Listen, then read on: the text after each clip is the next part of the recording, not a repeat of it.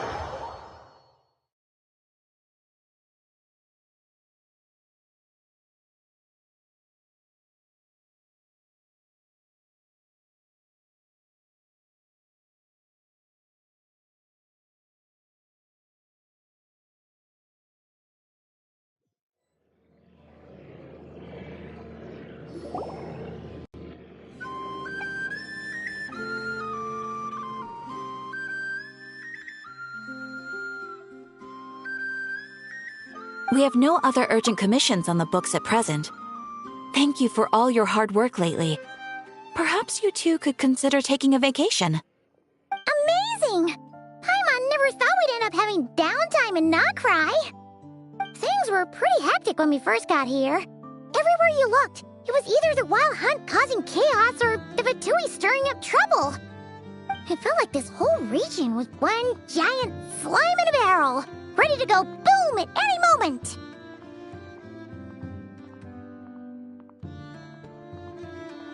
Sure have. Things were looking pretty dicey, but in the end, we managed to turn it around. Whoa! Paimon just got deja vu! Oh, that's right. It's because we've done this like a million times now. Ah, yes. Are you two aware that the Moon Prayer Night is soon to take place? Oh, yeah! Llama told us that was coming up soon. Wait, why do you mention it, though? Do people in Nasha Town celebrate it, too? Paimon thought it was just for Moon Goddess worshippers. You're partially right. Most people in Nasha Town just see the festival as an opportunity to do business. They do not concern themselves with the religious element. The festival was first celebrated by the Frost Moon Scions. On this day, they would wear moon prayer blossoms and celebrate the birth of the moon goddess through song and dance. They would also prepare food and handicrafts and give them as gifts to others.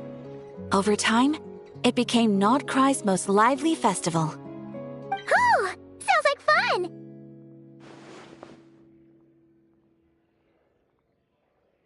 Great! Well, in the meantime, since Catherine doesn't have any commissions for us, let's focus on some personal business instead. When we first got here, you mentioned that this was where your spaceship landed? We didn't get to follow up on it at the time, because we got wrapped up in that whole rare air situation, but now we can finally start investigating it properly. Well, there's a saying Paimon's heard around these parts, which goes, if you lift up a rock, you'll find something you weren't looking for. By that logic, you'll never find what you're looking for while you're searching, but the moment you stop looking, it'll jump right out at you. Could be worth a try though, right? Anyway, Paimon suggests we focus on other stuff we want to do for now, and just keep an ear out for spaceship-related intel as we go.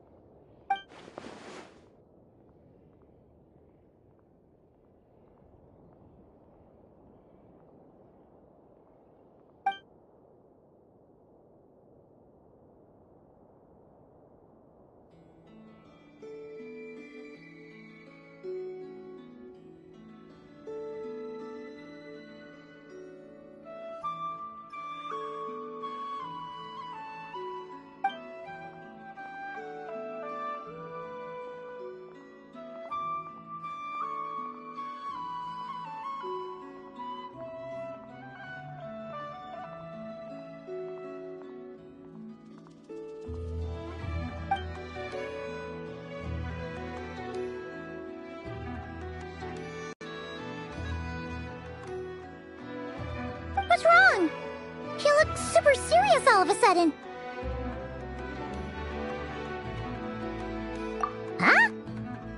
gets why you'd be concerned about Columbina, but what does the doctor have to do with anything? Oh, that's true. And now that you mention it, we're definitely overdue for a showdown with the Fatui. It is weird that he hasn't shown himself this whole time. What could he be up to? True. Paimon would much rather deal with Marionette anyway. She says the meanest things, but when it comes down to it, she doesn't seem like a bad person. Maybe it's the pressure of being a Fatuse? Especially as a Harbinger. Does she feel like she's gotta act tough to keep up appearances or something? But then, every time we headed out with Rarier, she always wound up having to repair Polonia and her other robots. That's gotta sting. Losing face always hurts more for people who care a lot about their image. She's probably still furious about it. What? Relax! She's not even here! Huh? What's the matter? Oh, nothing. Sorry, we'll be on our way now. Where are we again? Oh yeah, Columbina? Right, yeah, let's go see Columbina.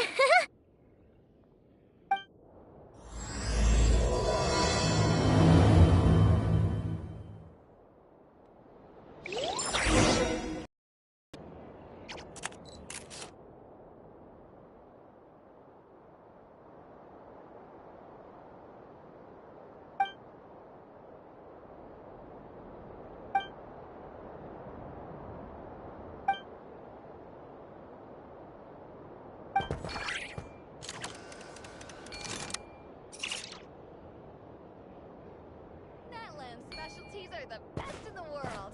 It almost goes. You're not going anywhere! Last time this guy came over to the Curatorium, he asked us to find him a secret shortcut between Nodcry and Snezhnaya. Huh, yeah, right. Like we'd ever shared that kind of intel with him. That lamb's specialties are the best in the world. Smash and grab! You're right. This is clearly some sort of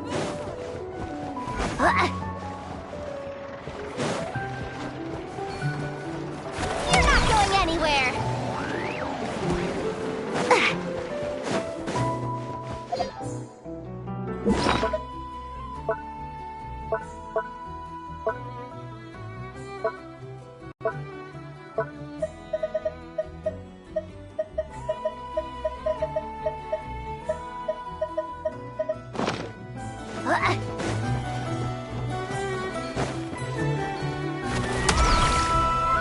He must be here to buy supplies.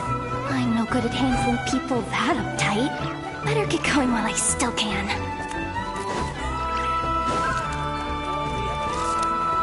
Academic world, prepare to be blown away.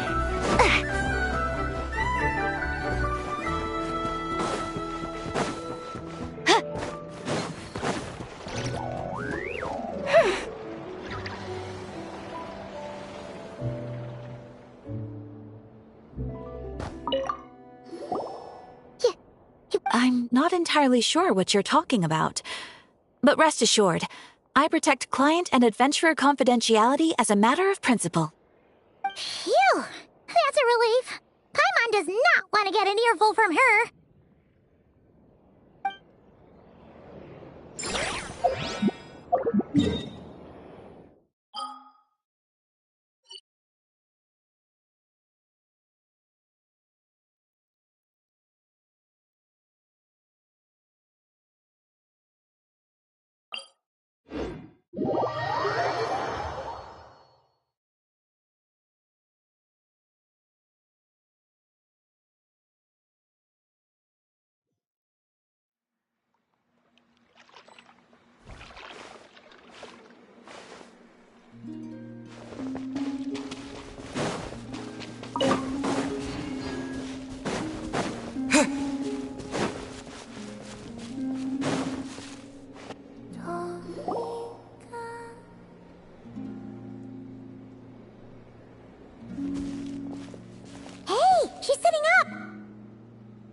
Is me sitting here a rare sight? No, we just thought you'd be resting. Perhaps I would have been, were it not for the sudden arrival of some unexpected guests. Not that I consider it a disturbance. After all, you are the only ones who are free to enter. Would it not be a little unfriendly of me to lie down while we speak? I didn't realize you put so much thought into little things like that.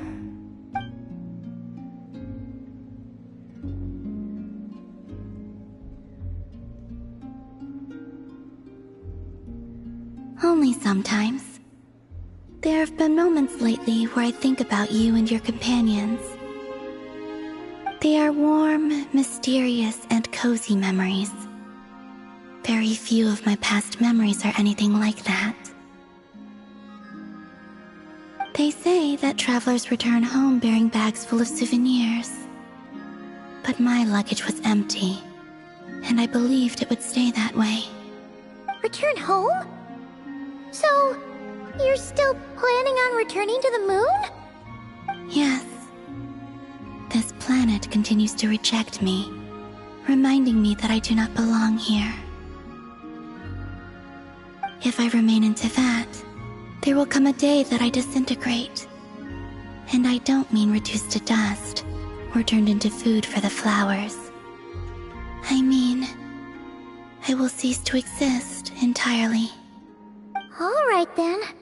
Well, we're sure gonna miss you. But it sounds like we'll have to say goodbye.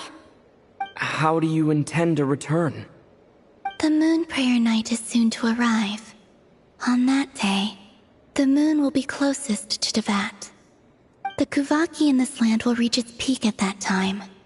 I merely need to grasp the tide, and with relatively little effort. Oh, Paimon gets it! It'll work like a slingshot! You make it sound like she's gonna get blasted up to the moon. If I did that, I suspect I would crash into the false sky. I will be using a much gentler approach. But I do like the analogy. It's fun. You see? She gets Paimon's sense of humor. In the blink of an eye, the time has come to part ways. It does feel that way, doesn't it? Time seems to fly fastest when you are enjoying it. I have always thought of myself as a wanderer on this earth, and it has never expressed any desire to keep me here. Yet, just as I plan to depart, it tugs at my arm. Is this a gesture of affection? Or is the world mocking me? Oh. Were you hoping I can answer that? Yes. You are a traveler, so you must have a lot of experience in this area. Then, what I would say is... enjoy the moment. That's right! Don't overthink it! Happiness is happiness and joy is joy! The point is to enjoy it, not analyze it! I see. Then what I would say is, even though I am very tired right now, I am still happy. I can't tell from the tone of your voice. Oh, really? You don't think I sound happy? I'm just kidding. I could tell you were in a good mood today from the moment we saw you. Ah, a joke. Albeit not a funny one. Anyway, I assume you're here about you-know-what. Give me your hand. Actually, it's not that. There's something else we wanted to discuss with you. Oh. Then, do you still want to give me your hand? Or not? Sure.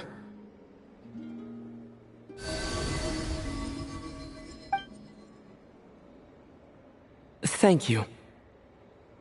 So, I've heard that in the Moon Prayer Nights of the past, people here would hold celebrations in the Moon Goddess's honor.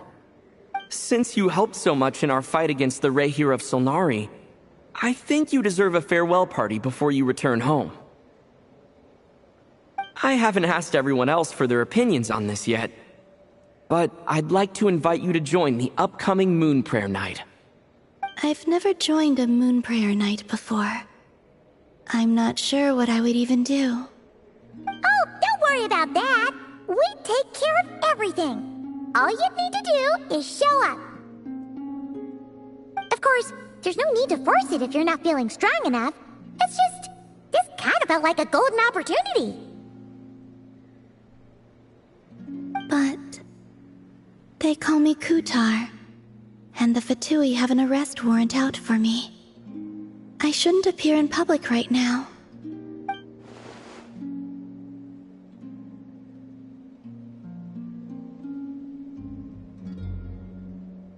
I'll make it work. You have my word. Yeah, we got your back. Well, he does. Paimon's actually not too sure what he's planning. All right, if you're sure. I will not refuse your invitation. I suppose it wouldn't hurt to pack a few more sights from this world into my suitcase before finally learning what my homeland looks like. Oh, if you see Lauma, please tell her that my answer to the question she asked me is neither yes nor no. Rather, it is. There is no need. That was kind of cryptic, but sure. Guess it's between the two of you. We'll pass along the message. Bye for now.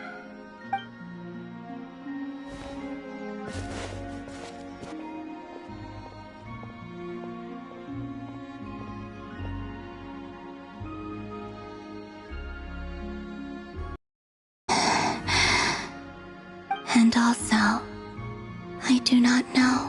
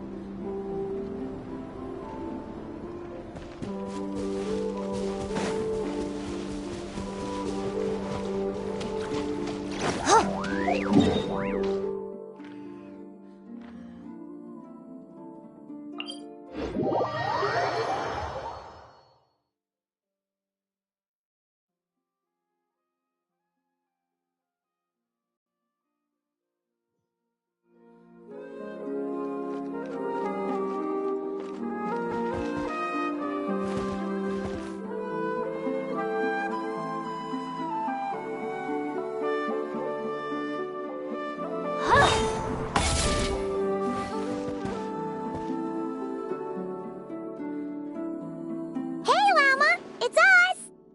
Huh? Varka? What are you doing here? Beats me. I had a bit too much to drink last night, and when I woke up, I was on Hisi Island. Mr. Varka is helping to oversee Nasha Town's preparations for Moon Prayer Night. He is here to go over some details regarding the decorations and custom cloth designs. Right, yeah, that too. What do you mean, that too?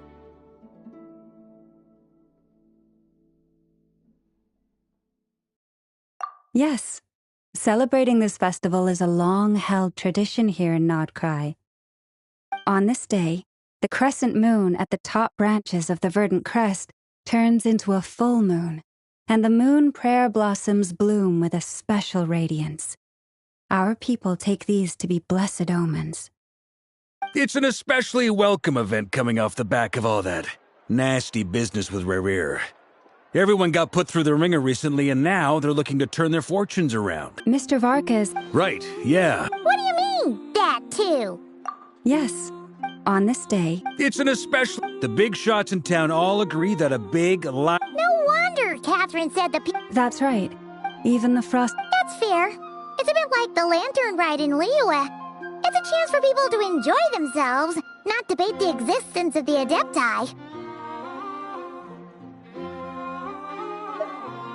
Oh, one other thing. We just went to see Columbina. We went ahead and invited her to take part in the festival this time. Hope it's okay. Wait, so... You mean she agreed to it? Huh. That's quite a surprise. Then I suppose that she intends to return to the moon on that day. Oh, yeah. It's kind of a complicated complicated process, but basically, it's like a slingshot. I understand. In truth, I had a feeling that she might make such a decision. Well, if Kuthar has decided to participate in the festival, we should prepare accordingly. Yeah, exactly. She was saying how it could be risky for her to show her face in public. We were wondering if there was any way we could hide her. Unfortunately, the people who carved the statues did an excellent job of capturing her likeness. It will be very challenging to hide a goddess whose face everyone is so familiar with. Darn! We may have bitten off more than we can chew here. Nah, don't sweat the small stuff. We can handle that. Huh? Are you saying you have a plan? Not as such, no, but the most important thing with a festival is to keep the mood light and your spirits up. You can't go preparing for a festival with those long faces. You'll never convince anyone to enjoy themselves. The Mondstatter spirit is strong with this one. As it happens, I agree with Mr. Varka. Let's start by making our appreciation for Kuthar the beating heart of the festive atmosphere. And who knows? Once we get the ball rolling, perhaps everything will just fall into place. Hey! Did you catch that? Llama said the thing! Or close enough, at least. I'm looking forward to the Moon Prayer Night already. We have a festival in Mondstadt called Windbloom, and you can always tell which couples are celebrating it for their first time by the smiles on their faces. Big, beaming smiles like their whole face is glowing. And I have a feeling we'll get to see that same smile on the Moon Goddess's face at this festival. Not quite the same, surely. Anyway, I'll take care of business in the city, but I'll have to leave the decor up to you and the Frost Moon Scions. No one else can capture that traditional aesthetic quite like you guys. But lastly, there's the final key element that brings the festival to life: companionship.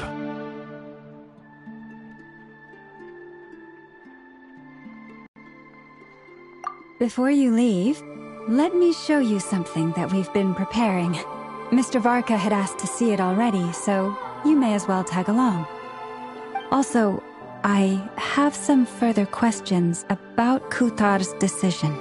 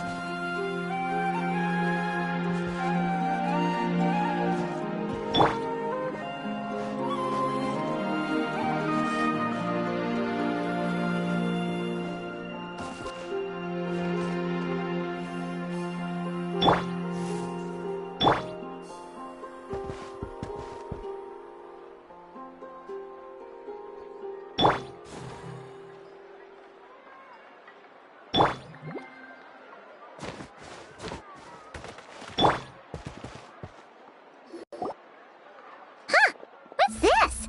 They sure look like they're having fun. I believe so.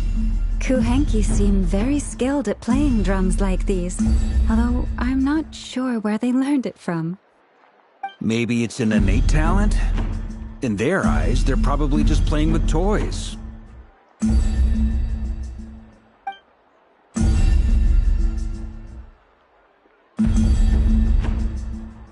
Wanatar! You wanna play too?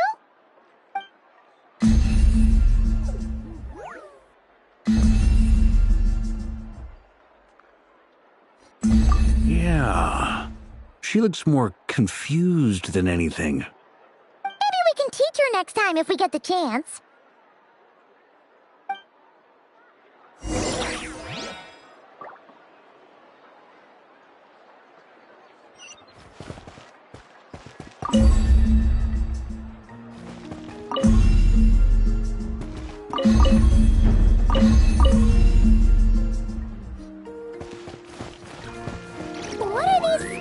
things? Moon veils. We hang them from buildings in the city during the festival. When you look at the sky through them, it creates a lovely misty effect.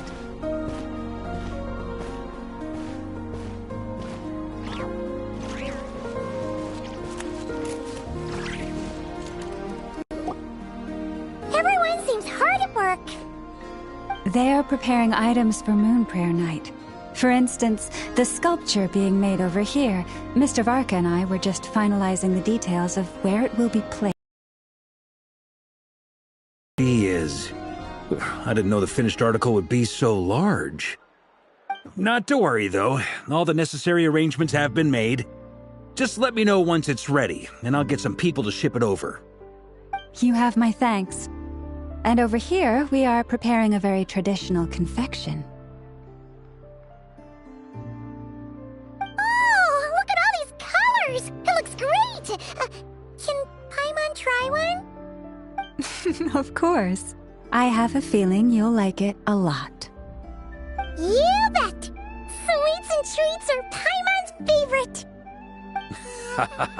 If you included those in the Feast of the Moon, I bet Paimon would have joined the Frost Moon Scions by now. There will also be verdant crests like this present in Nasha Town during the festival.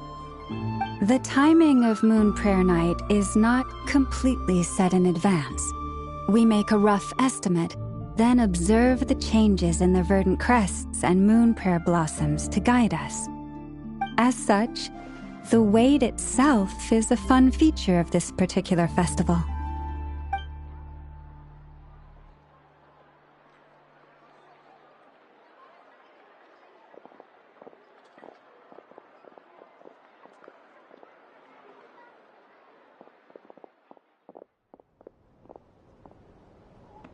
Let's talk here.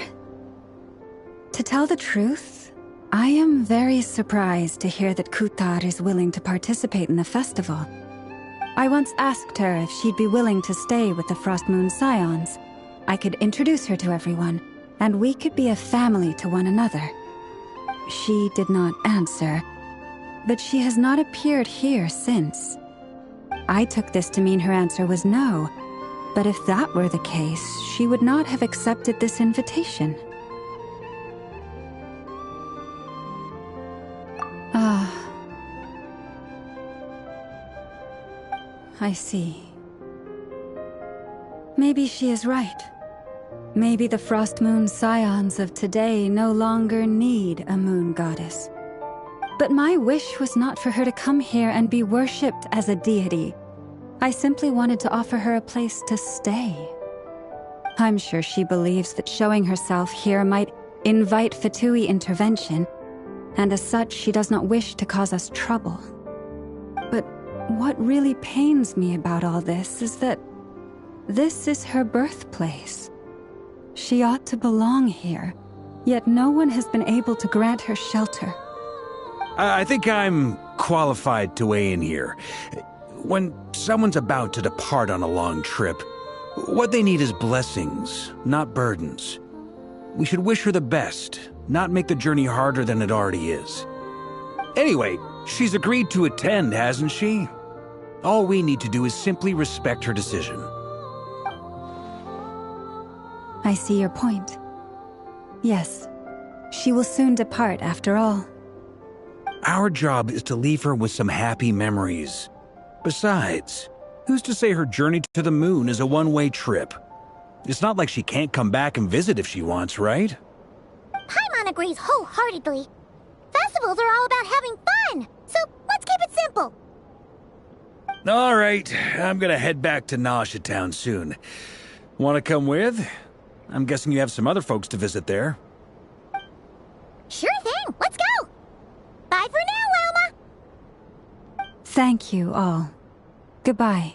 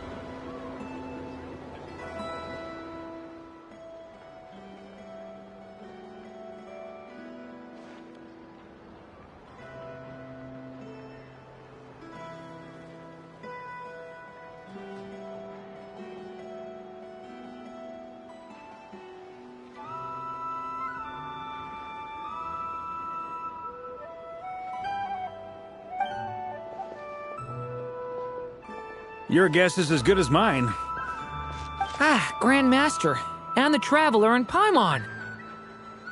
Hello there. It's been a while. Perfect. We have some new volunteers for our investigation.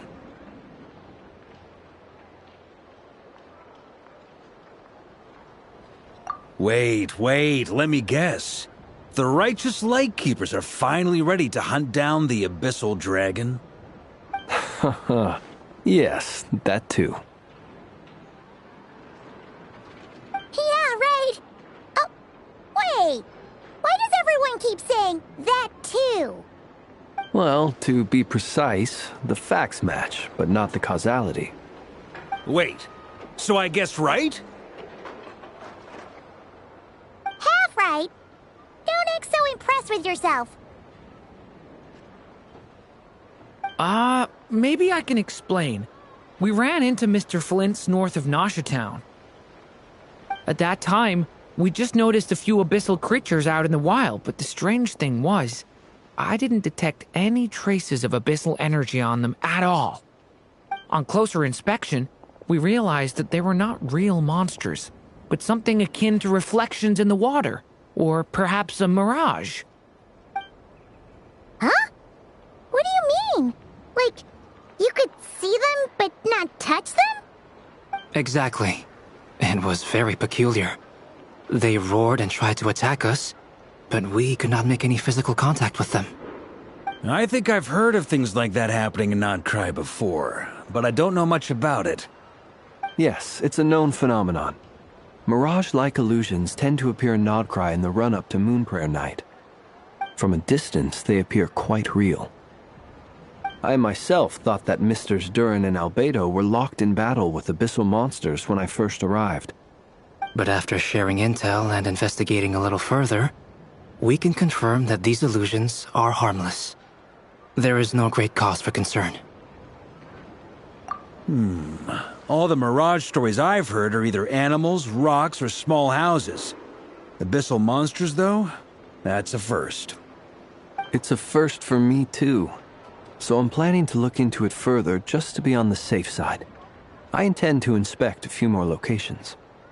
What about you two? Any plans? Alice contacted me a few days ago. She'd like me and Durin to assist her with an experiment. But we lost contact shortly after receiving the message.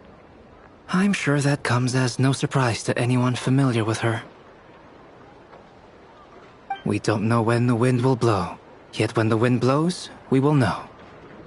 That, in a nutshell, describes how Alice operates. Yeah, that tracks.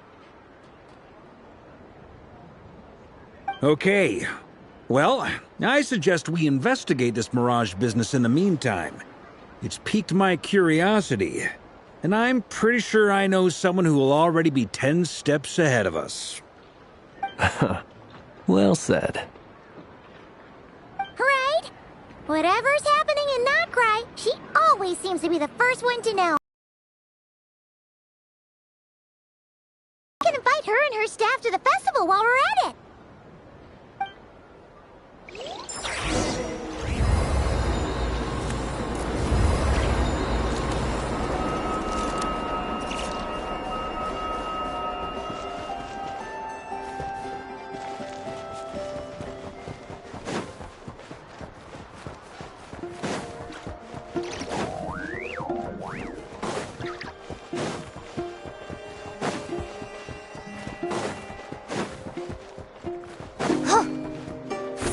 Smash and grab!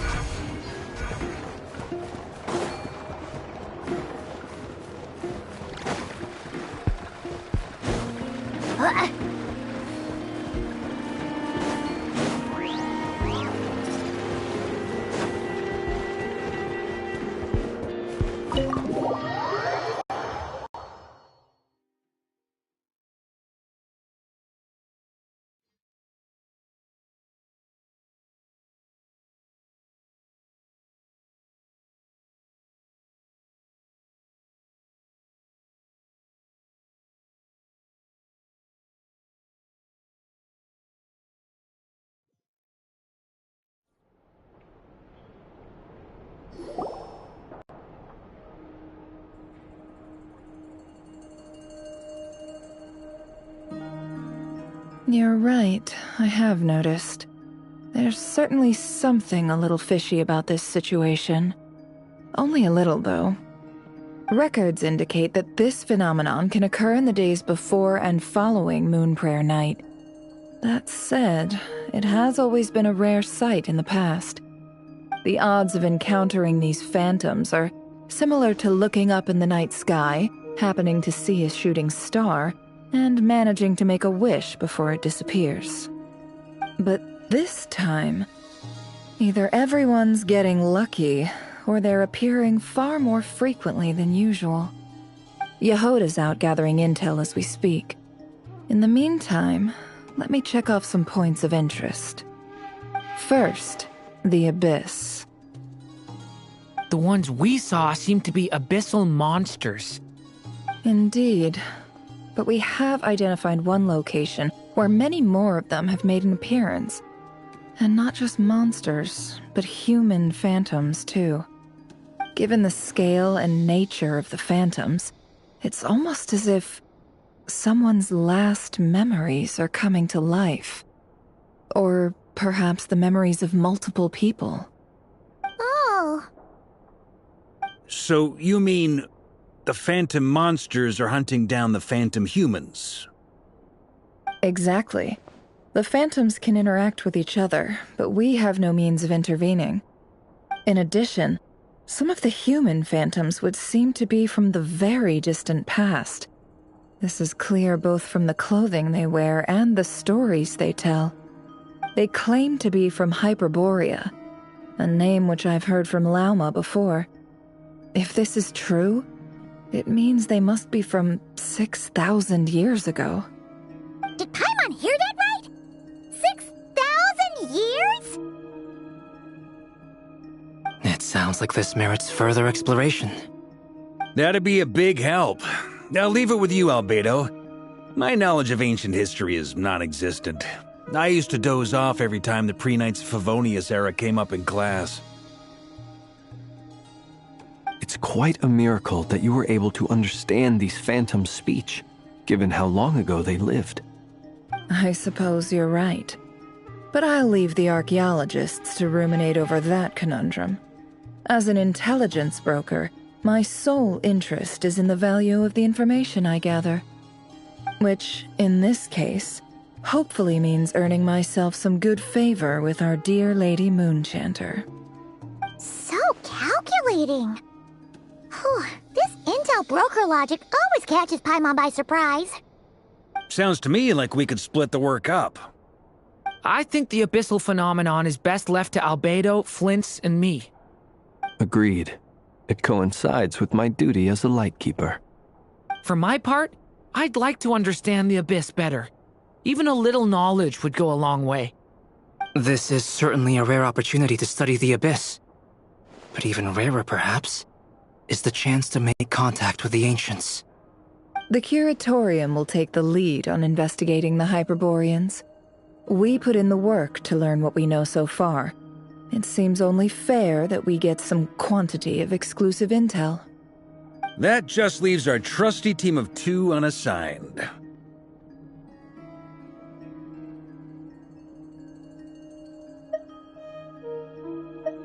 Since you became an honorary knight, of course. This was part of my grand plan all along. Ha ha ha! Oh yeah, by the way, we managed to convince Columbina to come to the Moon Prayer Night celebrations. Would you and Yehoda like to join too? She agreed to that? Huh. Quite an achievement. Never underestimate the traveler, I guess. I'd be happy to join. No point shutting myself inside when the streets are all decked out. I doubt any clients will be visiting during the festival in any case. And Yehoda loves a party, so I'm sure she'll jump at the opportunity. No. No. No. No. No. No. No. No. No. No. Way to contradict me in front of... Wait. No, that's not what I have bad news, boss. So many people. All right, everyone inside, quick.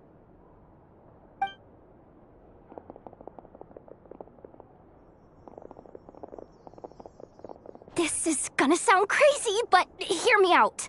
I saw one of those phantoms at Star Sand Shoal, and it was some sort of flying ship.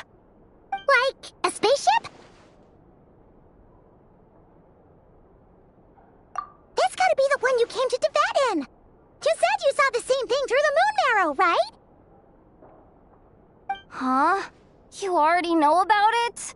Ugh, I thought I was gonna blow people's minds. Turns out I'm the last to find out. Wait. Back up. You came here in a spaceship? Now my mind is blown! What's it like on the inside? Was it like flying through space? I want to know everything! Yep, exactly. Huge discovery. You're the best. Second best intel broker in the world. After your boss, of course. Wow. Really? Well, I don't know if I'm all that, but... I guess that decides where we're heading next. Come on, don't look at me like that. I know the spaceship doesn't have anything to do with me, but you don't want to leave me as the only one twiddling my thumbs, do you? Please? Fair enough. You can tag along. In that case, let's meet back here to discuss our findings once we're done. I wish everyone a productive investigation. You too.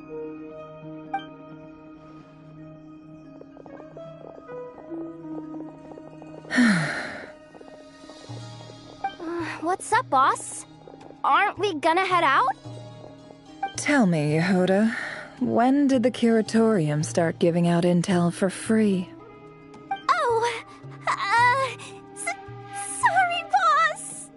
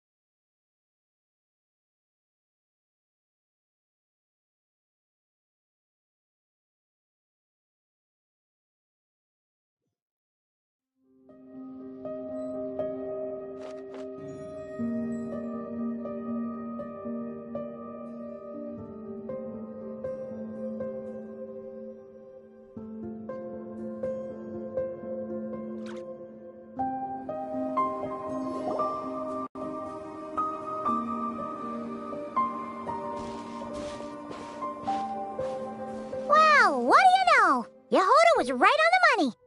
This Phantom really is your spaceship. But that's so weird. Why would it show up here? Is it some kind of projection? Or a ghost?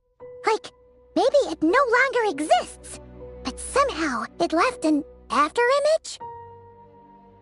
Ah, you're already here. Miss Lauma, what a surprise. I thought you were busy with festival preparations. I was, until one of our people informed me that a strange sight had appeared at Starsand Shoal. No one's ever seen something quite like this before. I thought I should see it for myself. Same here. Oh, so we heard that these things appear around the festival period. Any idea why that is? Unfortunately not. We have very limited information about them, since they can't be interacted with. And no human phantoms have ever made an appearance before now. The most we've been able to deduce is that these sightings appear to be connected to the increase in Kuvaki energy around this time. Yeah, seems like that's all we can do. This is all so confusing. Allow me to lend you a hand.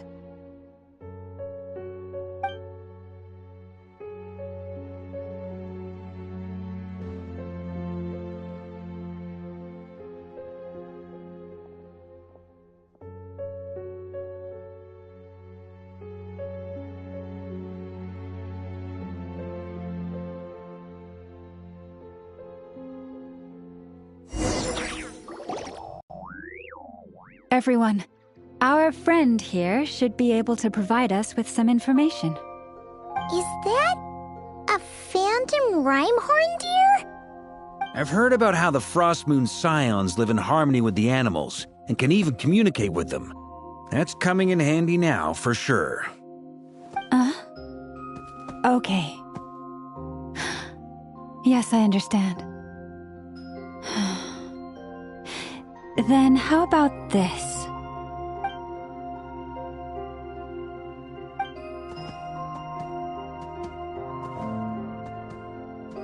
Oh, it's leaving.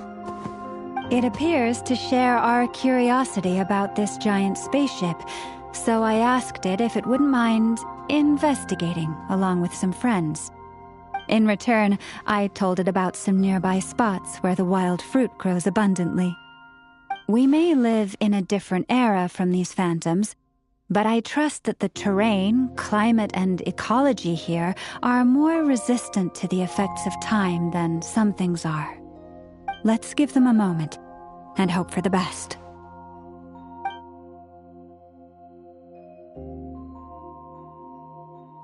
All back together? Must have been a lot of fruit. Indeed. Now let me ask them some questions.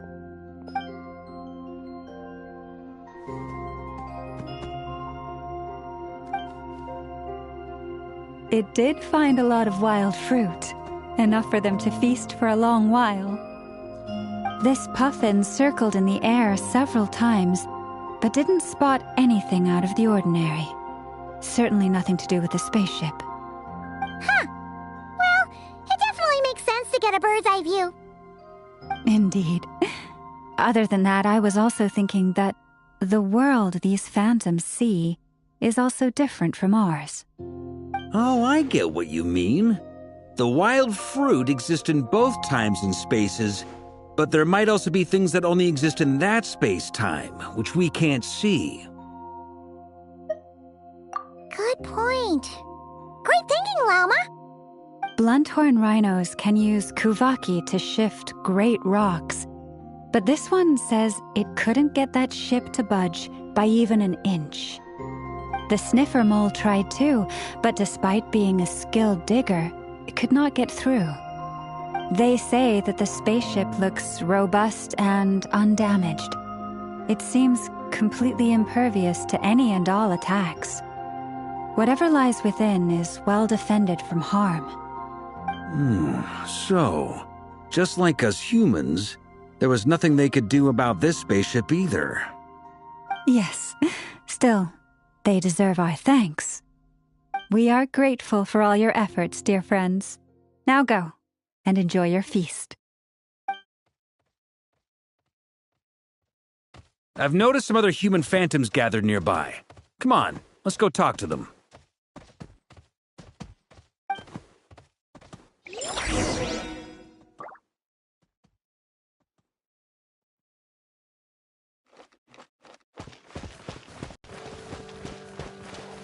Rain? Go, go, go! We gotta find some cover before we get soaked! What is this thing? I've never seen it move, and there's no way to get inside. Goodness knows. My grandpa says it's been sitting here at least since his grandpa was still alive. What about his grandpa? Did he say anything to your grandpa's grandpa about it? Huh? I don't know. In all likelihood, it was here back then too. Hard to imagine something this huge could move. Guess that means that as far as they're concerned, this ship's been around a long time.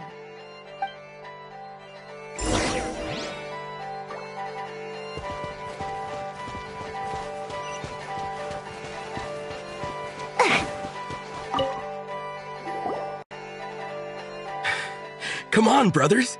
If we can get even a small chunk off of this thing, it's gotta be worth a fortune. Today is the day we strike it rich. Huh? You mean Paimon? Yes, brother, I shall join you. Let's make our fortune. We should go with them. What the? This thing is crazy tough. I can't even scratch it. What's it made of? Sorry, brother. Looks like we'll have to seek our fortunes elsewhere. Enjoying yourself? I was just seeing if I could influence this phantom's perception by playing. But nope, no dice.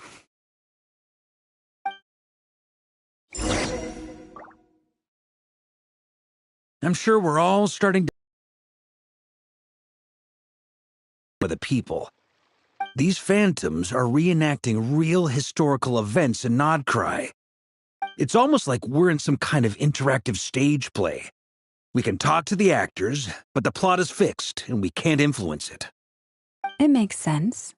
History is set in stone. The objective facts of the past cannot be changed. Paimon totally thought you were just goofing around earlier. But actually, you were doing some serious investigating. Of course I was. Anyway, at this point, I think we're forced to conclude that although the Phantom spaceship is right there in front of us, we aren't going to learn much about it from these people.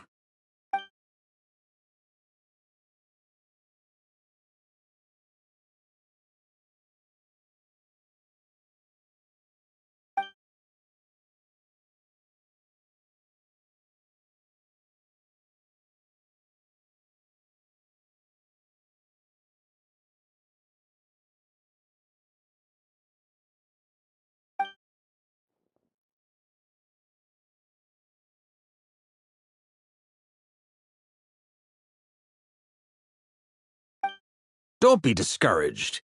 If nothing else, this is proof of the ship's existence. And think about it. So many people tried to hack their way inside, but no one could get the door open. It's made of very tough material. To me, that says that we'll either find the ship itself or the story behind it. It's just a matter of time.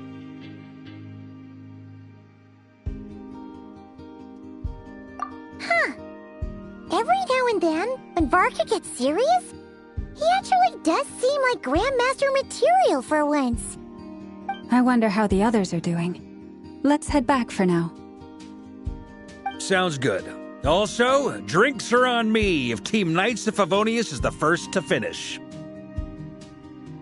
Wait, we have a team name now? Am I in Team Knights of Favonius as well? You're very welcome to join. We've even got a cathedral ready for you. Isn't that technically blasphemy? You wouldn't dare make a joke like that if Barbados was in earshot. Nah, I'm sure Barbados doesn't mind a little harmless blasphemy once in a while.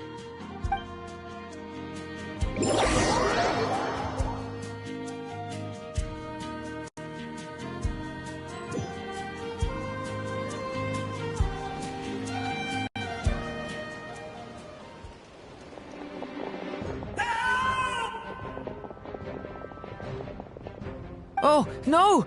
Get away! Oh.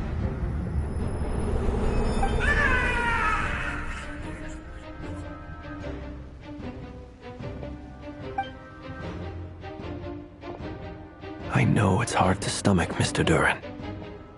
But as I'm sure you've noticed, there is nothing we can do to intervene in that which unfolds before us. But we have to at least try. And try you have. But are you aware of how many unsuccessful attempts you've made now? I wasn't keeping count. I'm afraid this is the 39th failure so far. Or the 5th if we're only counting this particular victim.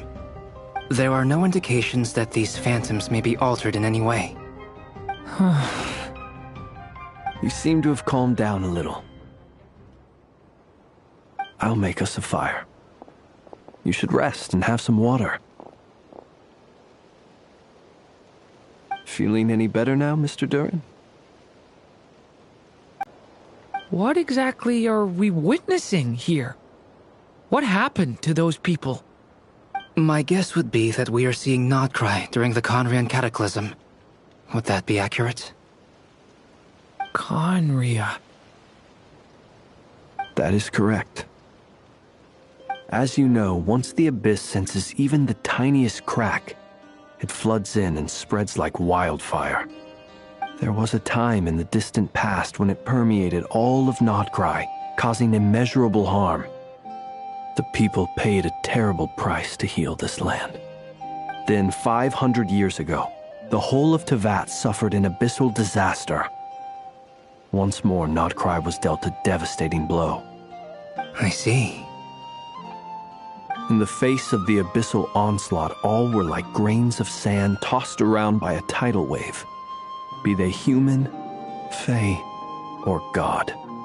The moment you witnessed is but one drop in a whole ocean of catastrophe. All right. I guess that answers my second question, too. I wanted to know why there's nothing I could do to help them, and that's because what we are seeing is history. That would be my guess as well. As I understand it, history and fate are not all that dissimilar. The latter may be unseen to us, but both are immutable. Yes. Fate was determined long, long ago. One abyssal disaster that has struck this land in the past. How can you be sure that what we're seeing is from the Conrian incident? And also, how are you able to stay so calm when you're talking about these events? From everything I know about you, you're not cold or ruthless, and you're not indifferent to the suffering of others. Alas, I am forced to show my age. I must be 600 or 700 years old by human measure. Wait, so you... One is not easily moved by history when one has witnessed the truth firsthand. I'm sorry. You needn't apologize. Your passion is a good thing to have. Treasure it, because someday you may find it in terribly short supply. Now, at the risk of offending you, I have a question in return. Your curiosity toward the Abyss, is it born from hatred or because you sense its call? I only ask because I kept a fragment of Rarir's body in my lantern for a short time. Specifically, his heart. So I know what a burden it can be to carry the Abyss with you. And I hear its power growling from somewhere within you. In my eyes, your mere existence is a miracle. My honest answer is... I don't know. I don't think I have the confidence to say for certain. What I will say is the Abyss is not the only issue that haunts me. Even before I became who I am today, the question dogged me constantly. Should I even exist at all? My doubts remain unresolved. But when we fought Rarir, something became a little clearer to me. Sometimes it is the darkness within us that allows us to achieve the impossible. I certainly got the sense from your 39 attempts that you were trying to achieve the impossible. It sounds like you've resolved to see the truth for yourself. Absolutely. In that sense, he and I are quite similar. Then I wish you every success. I look forward to the day of your transcension. Well, if everyone's caught their breath, I suppose we should head back. Oh, and one last thing. I'd appreciate if you kept our discussion about history a secret.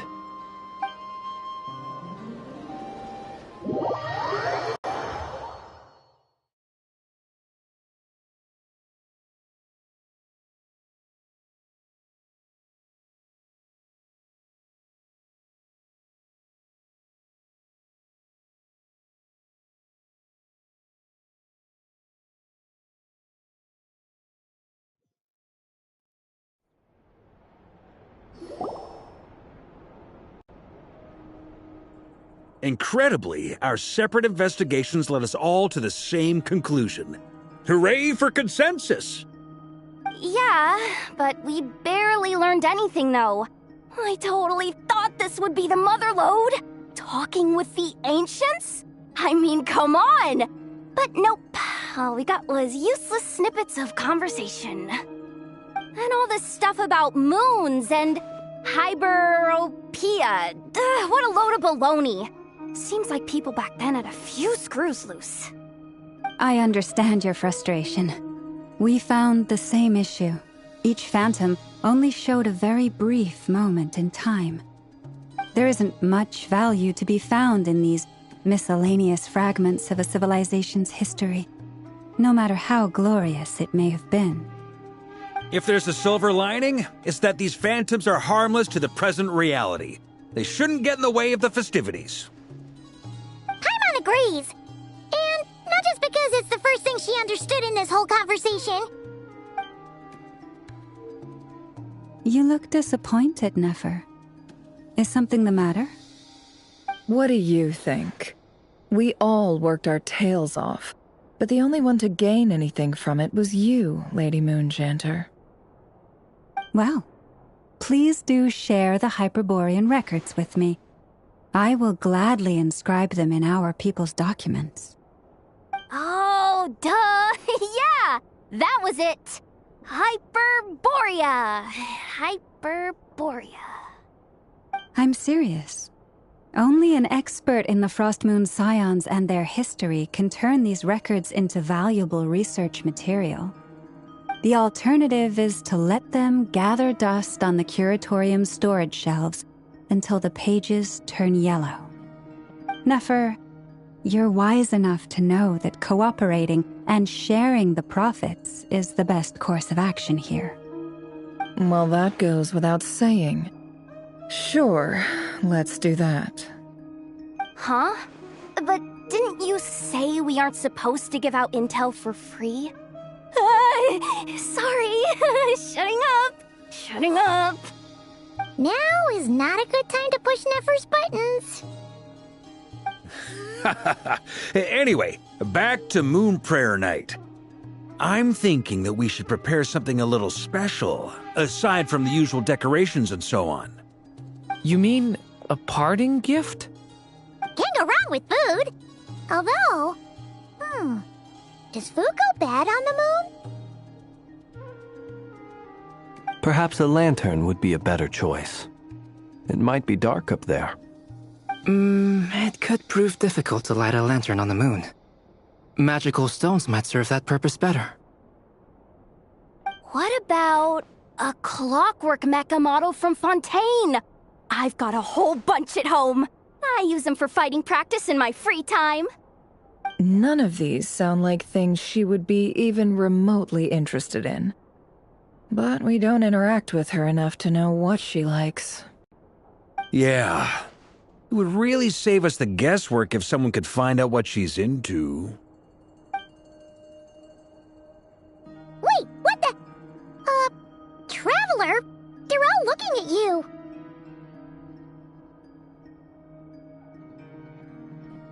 Great! Haha, problem solved. Now, I need to stop by Dory's. Gonna need her help sourcing a bunch of stuff for the festival. Then let's leave it there for now. We all have our own business to attend to.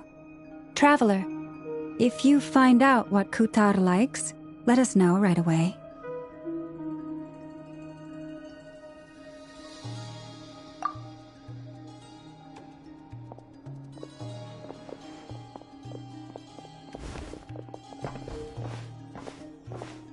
Is something the matter?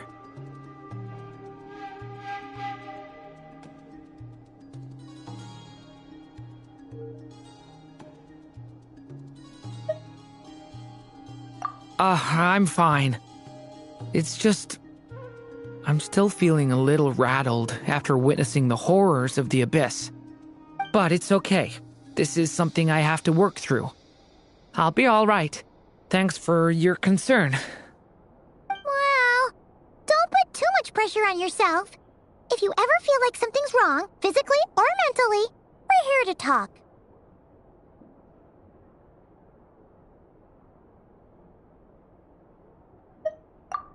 Come on. Stop treating me like a kid.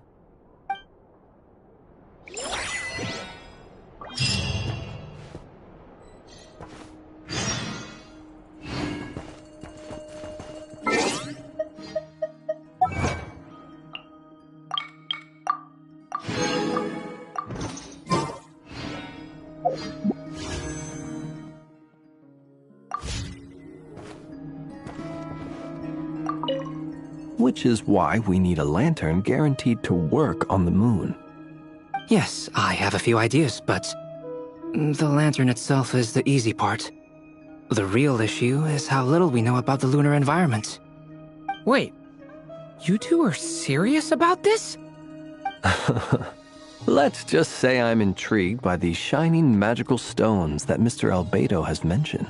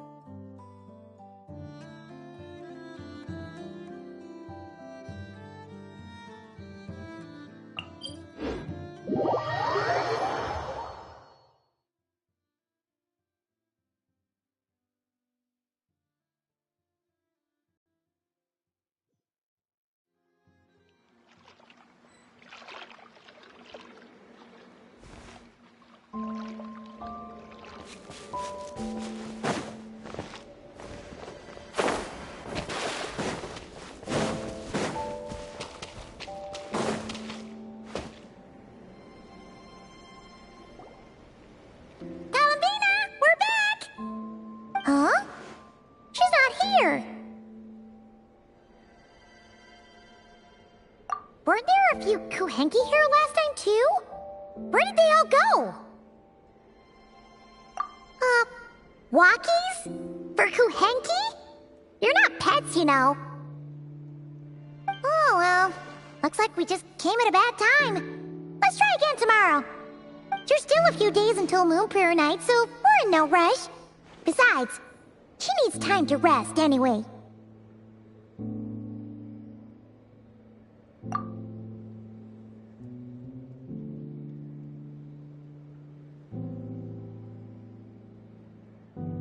Kalamina! Are you back yet? Oh, how strange. Looks like she still isn't here. Right? It's not like her to spend so much time outside. Especially since she's worried about attracting unwanted attention.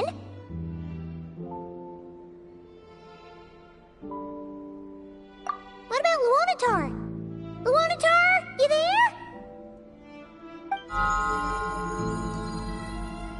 Hey! Do you know where Columbina went?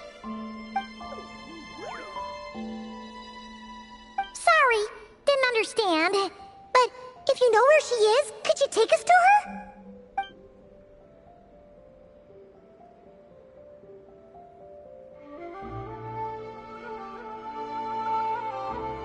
Yeah, that's even stranger.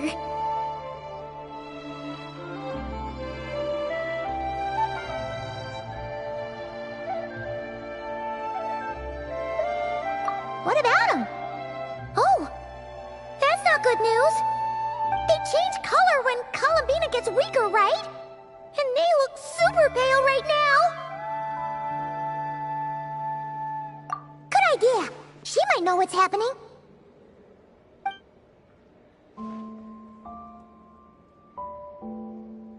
Llama!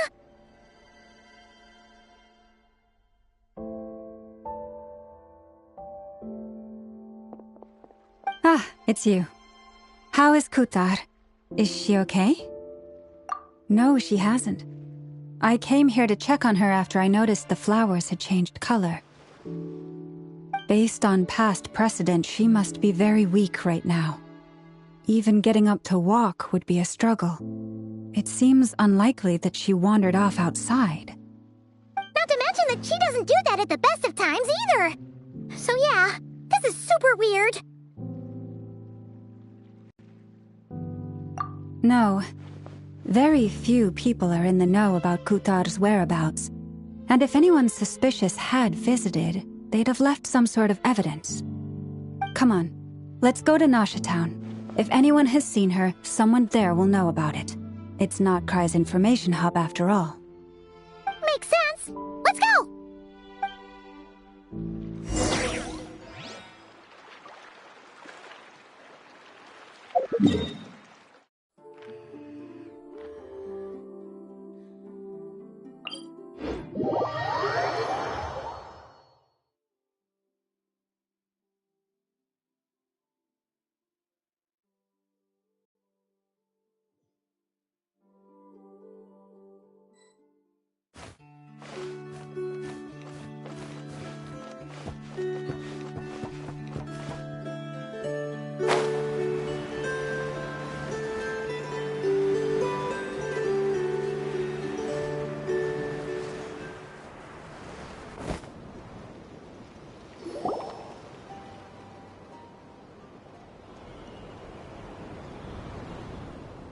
Moment.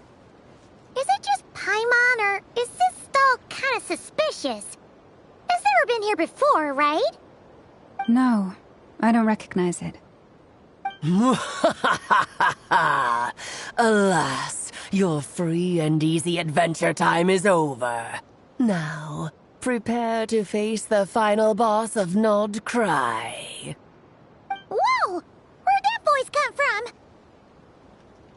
Not sure, but it's definitely hostile. No, not that way.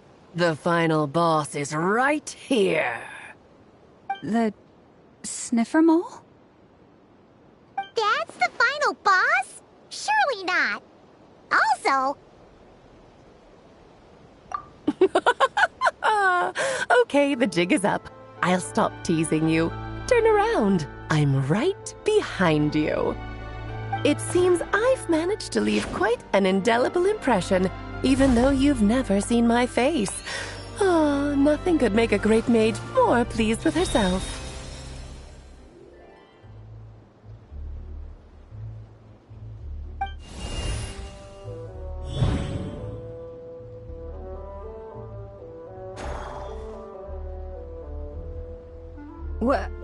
What is going on?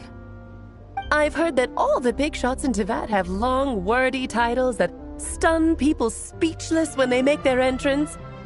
Unfortunately, none of them are affiliated with the Hexenzirkel, and we ourselves keep a very low profile. The notorious name-dropping doesn't quite work for us. Still, I, for one, think I'm really quite amazing. So that didn't stop me from coming up with a title anyway. Alice! It's really you this time? Not a lantern or a Dodoco, but Alice in the flesh? Oh, that's right. So, what do you think? How does it feel to finally meet me? You look like...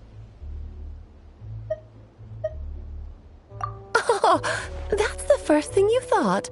A little surprising, but that actually makes me very happy. Because that means that when Klee grows up, she'll be just as stunningly beautiful as her mother.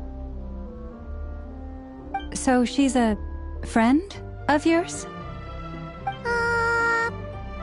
Kind of.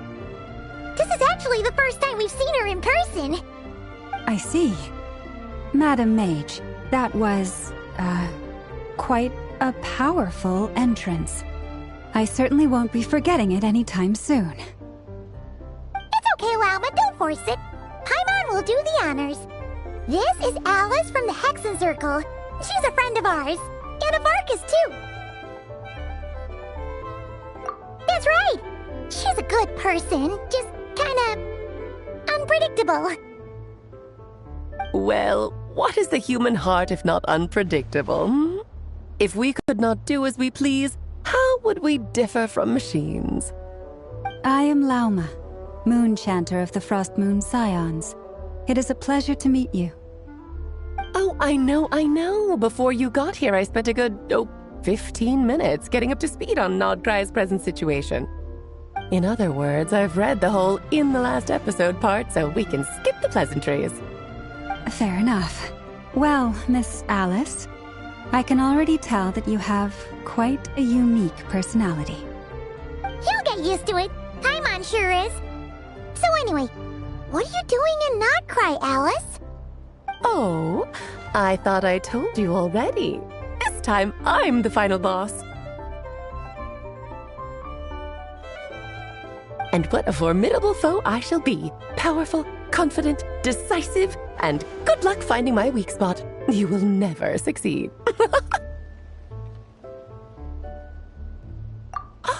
Oh, drat! My one weakness, and you found it in an instant. Fate has been dealt a devastating blow. Thus falls the great Dodo King. Why are you playing along with this nonsense? For funsies, of course. What's wrong, Paimon? Are you disappointed in me? Am I a gigantic letdown? No, it's just... you seem like a busy lady. And this is the one time you've shown up in person. Paimon figured it would be for something more high stakes than just goofing around. You're quite right. I'm here in Nodcry because something big happened. Something big enough it caught the attention of the Hexen Circle.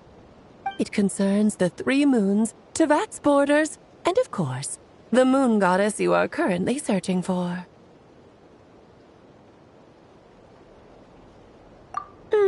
Kind of.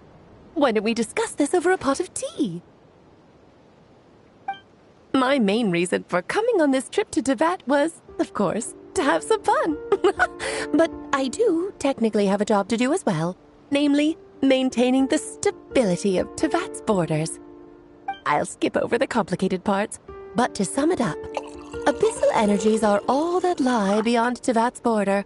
We'd find ourselves in a real pickle if they ever made it through. And the phantoms you've been seeing are a sign that the border has been disturbed. No wonder they tend to show up around Moon Prayer Night. Is it because the real moon is now so close to us that its power can cross the border? In part, but only a negligible amount passes through. Just enough to influence the verdant crests and so on. And as you've noticed, there has been an unprecedented number of phantoms appearing this year. The influence of the moon beyond the border cannot explain this. No, there is another far greater factor at play. The trilunar syzygy. A trilunar syzygy? Eons ago, before the heavenly principles came to Teyvat, it was the then 3 moon goddesses who controlled the laws of this world. Oh, that's exactly it. The three goddesses split these powers amongst themselves, promising never to consolidate them into one singular body. This was meant to keep the world stable. But, fast-forwarding to the present, the eternal moon's marrow is with you, while the iridescent moon's marrow, which should never have appeared in this world, has been retrieved. Add that to the presence of a moon goddess in the flesh and... the power of all three moons is gathered here in Notcry. There hasn't been an event like this since the War of Funerary Flame. And it's having a noticeable effect on Tevat's borders.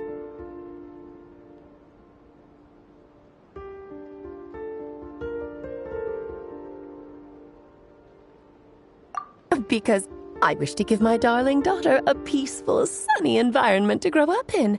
Is that a good enough reason? Kinda sounds like you're dodging the question, but it does make sense. Well, that's one reason anyway, and the most important one. The others are a little complicated to explain. For instance, cleaning up after dearest Miss R. Albedo could tell you more about that if you're curious, but right now, I have a more important question to ask you. Why are you collecting the moon marrows?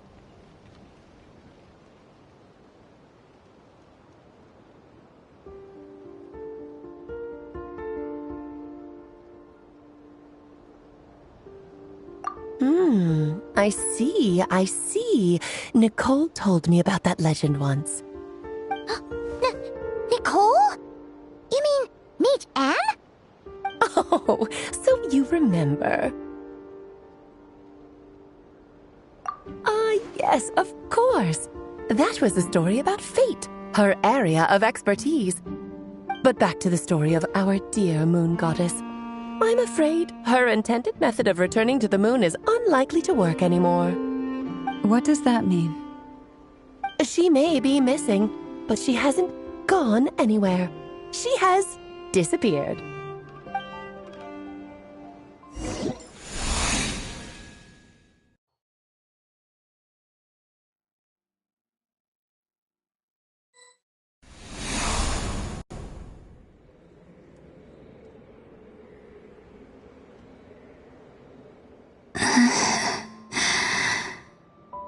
My body is so heavy. Wait, no. It's my mind that's heavy. My arms and legs are as light as a feather. What's happening to me? I feel drowsy, like I've been asleep for too long. Is it daytime or nighttime? Is the moon out? I think I'll go for a walk.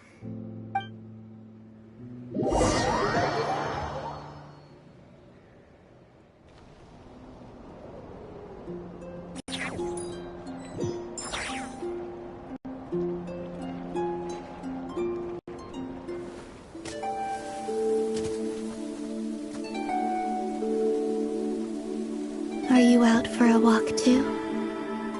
Huh?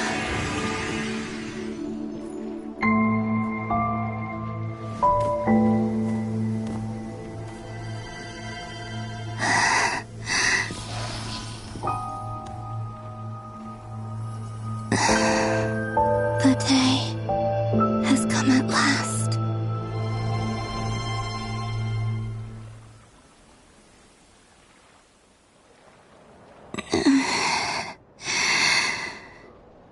Have I grown so weak that I can't even sustain my physical form? But Moon Prayer Night is nearly here. I was so close to returning home. Death is near. Is this how it ends for me? Will I return to the moon after I disappear? Or...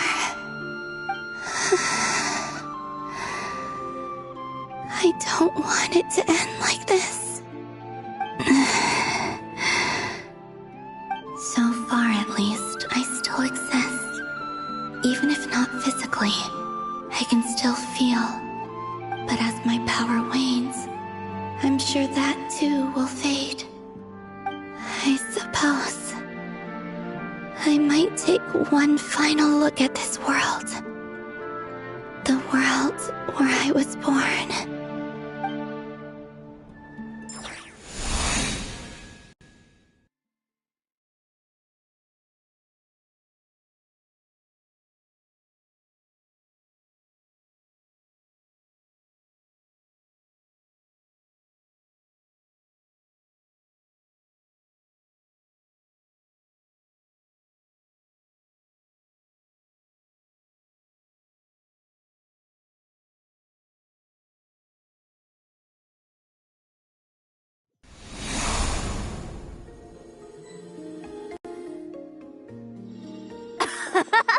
Come on! Come on! Wait for me! The Frost Moon Enclave. How much it has changed since I was born. These decorations, they're so heavy. It's times like this when you kind of wish men could be priestesses and acolytes. How fascinating. I've never had the chance to be privy to people's private lives in this way. In the past, people would get so solemn and serious the moment I showed my face, like they were frozen stiff. Karina, Lametti, it's time to eat. Coming! I want to watch them a little longer.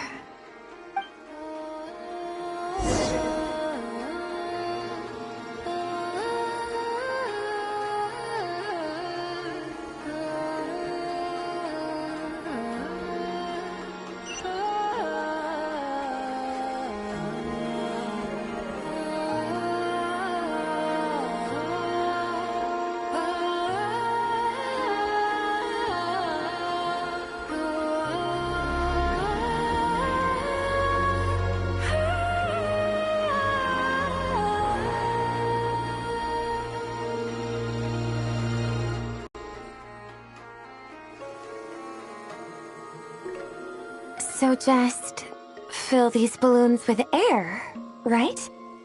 Yep. Try a couple now to test things out. The rest can wait till Moon Prayer Night. Think fast! Breda! Teasing an acolyte of the Frost Moon Scions? Surely that's a punishable offense. Take this!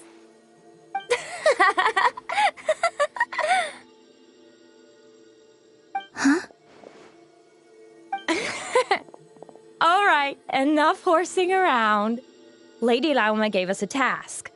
We should get back to it. The task is just to check that the balloons don't leak, right? Doesn't matter if we fill them with air or water. Yeah. Okay, you got me there. And you got me there. But still, we can't use all the balloons before the festival even starts. We won't use all of them. And as long as Lady Lauma's trusted acolyte doesn't snitch, this can stay as a little secret between friends. Think fast! Is pumping a balloon full of water really so much fun?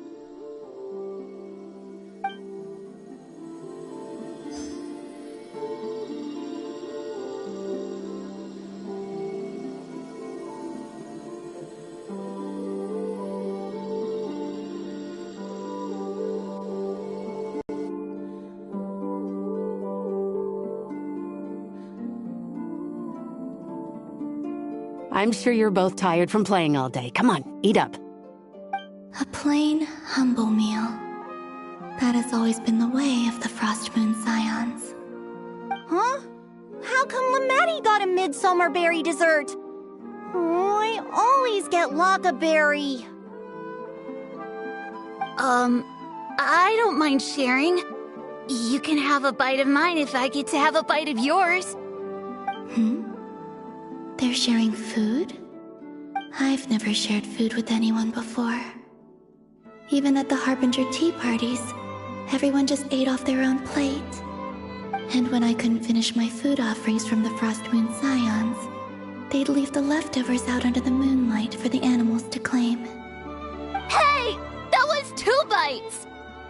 Oh, then you can have another bite of mine. Oh, you too. Oh, don't fret now. Here, have some of Granny's too. So this is what it means to be family.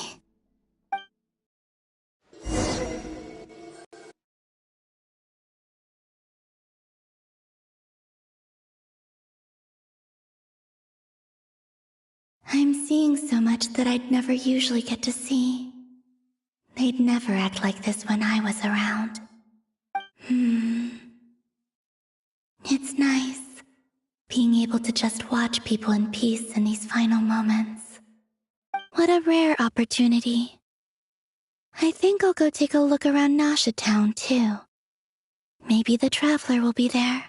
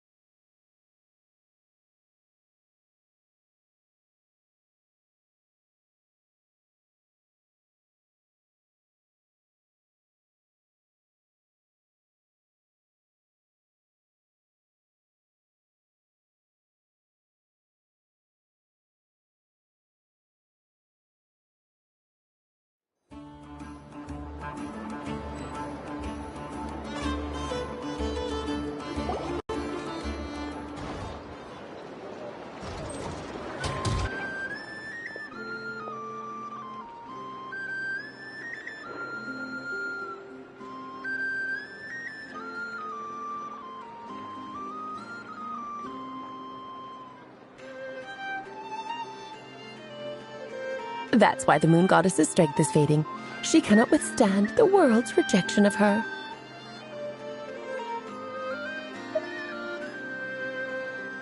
To be more pedantic about it, the Moon Goddesses did something to offend the heavenly principles, and that's why they were ousted. Something of a recurring theme in Teyvat's history. Theoretically, speaking so candidly should put me in their crosshairs too, but they can't tell me what to do. I'll say whatever I want. Anywho, the Moon Marrow energies were but a drop in the bucket for her, and that battle against the Ray Hair of Solnari only weakened her further. Fortunately, it happened close enough to Moon Prayer Night when the Kuvaki concentration here is high. That's the only reason she managed to survive this long. What do you mean, fortunately? You said she disappeared. We're too late. Oh, what a headache. I thought this was all common knowledge. I guess I have some more explaining to do. Okay, buckle up. It's time for another lecture.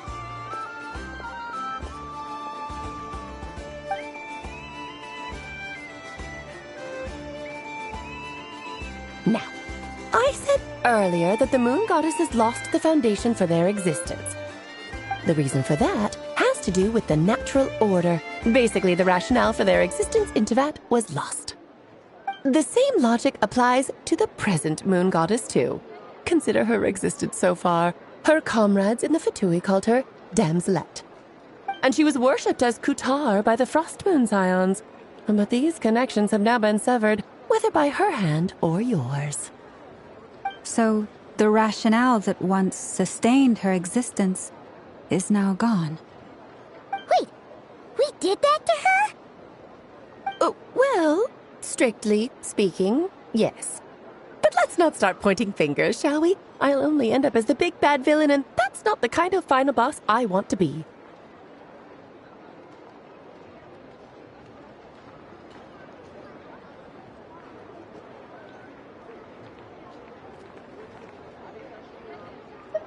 Of course I do. I'm only the greatest mage in the whole entire world. Now, if you wish to find your Moon Goddess, there are two problems we need to solve. Firstly, we'll need to strengthen the connection between her and Teyvat, at least enough to sustain her until Moon Prayer Night. Strengthen her connection. But does that mean I'll have to rally all the Frost Moon faithful behind this? I'm afraid a bygone faith and a former home won't be of any help to her now. Do you know her name? Her name? Yes. Names are very important things. A name is a fundamental concept that anchors one's entire existence.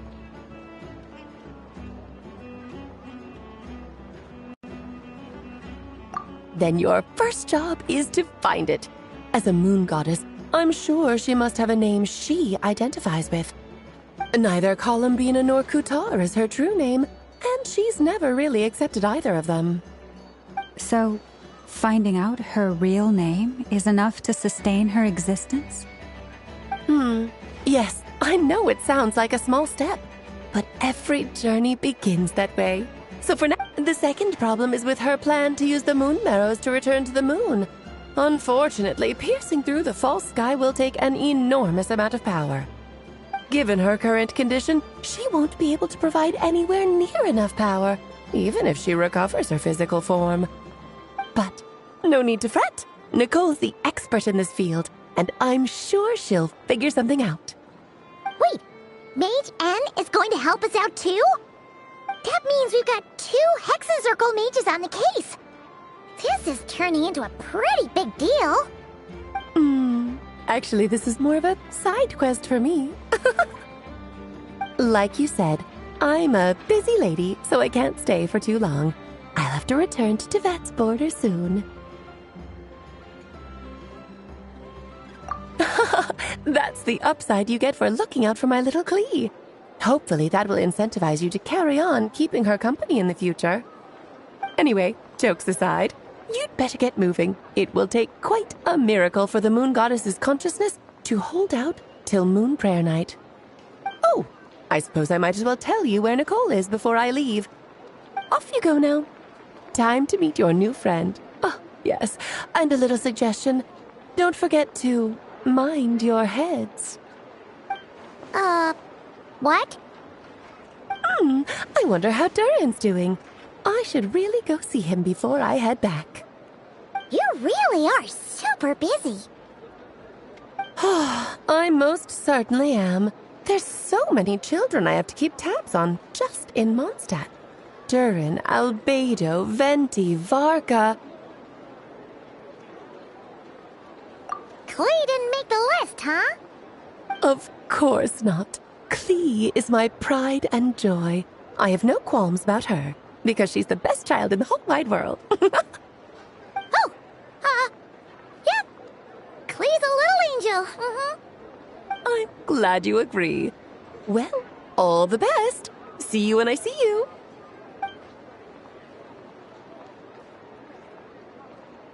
She left in a hurry.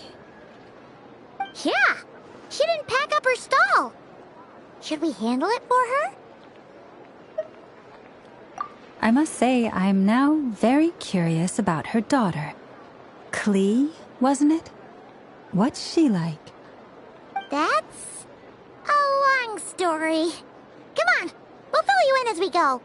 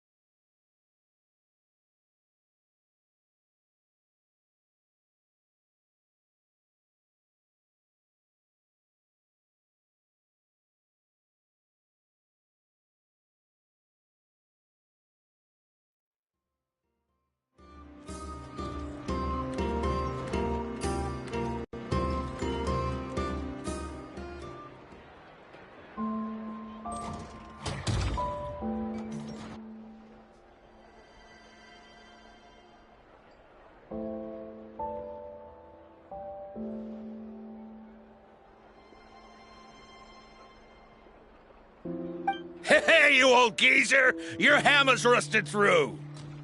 Who are you calling old geezer? Are they quarreling? I'm looking right at him. You've really gone downhill since giving your daughter free rein in the workshop. Can you even swing a hammer anymore? It shouldn't take you days just to fix a single chair. You might as well use that hammer to massage my back for all the good it's doing. Don't run your mouth, or you'll get a back massage that'll put you in bed for the rest of your life. Look, the materials haven't arrived yet, all right? You know how busy it gets in the days before Moon Prayer Night. I'll bet you send all the materials to your little princess. Blood's always thicker than water, huh? All right, you've made your point, Uncle Koski. As soon as the materials arrive, fixing your chair will be the #1 priority. And Dad, if you've got time to chat, why don't you lend me a hand, See? Lolka knows what the score is. I guess they're friends. But the way they spoke to each other was so ugly. Then again, it wouldn't be the first time I've seen something like this. Columbina! Sing outside my door in the middle of the night one more time, and I'll unscrew your vocal cords. You hear me? Oh, Zandrone. So that was her way of trying to be friends with me. What a pity. I won't get the chance to say any ugly things in reply.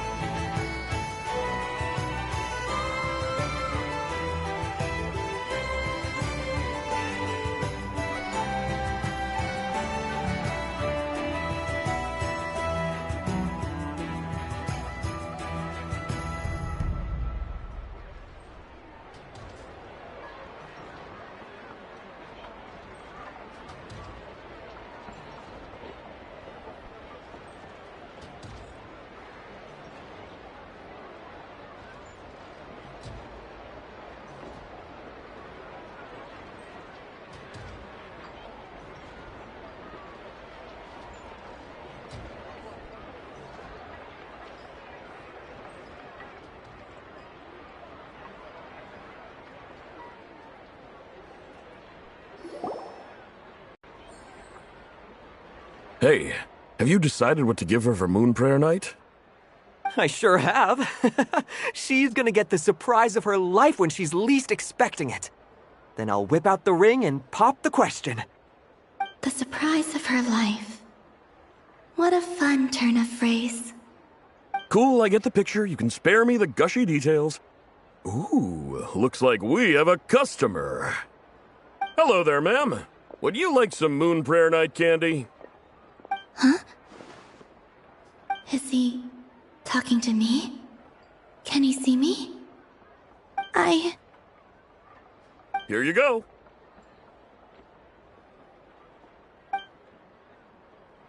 Oh.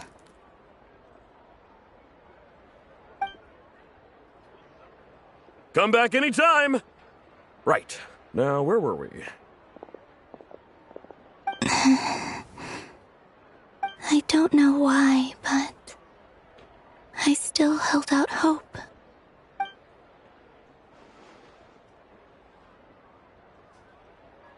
The most important thing right now is to find that mage. This name thing seems super important too, but where do we even start looking? I'd better go pay the Fatui a visit.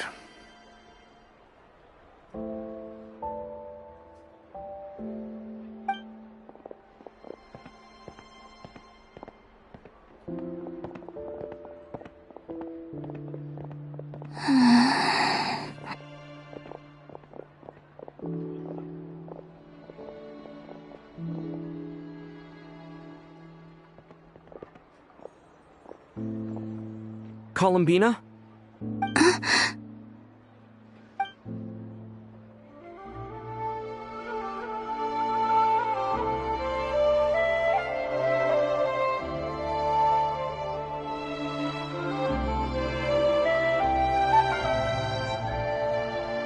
Traveler? Let's go! This is no time to be spacing out!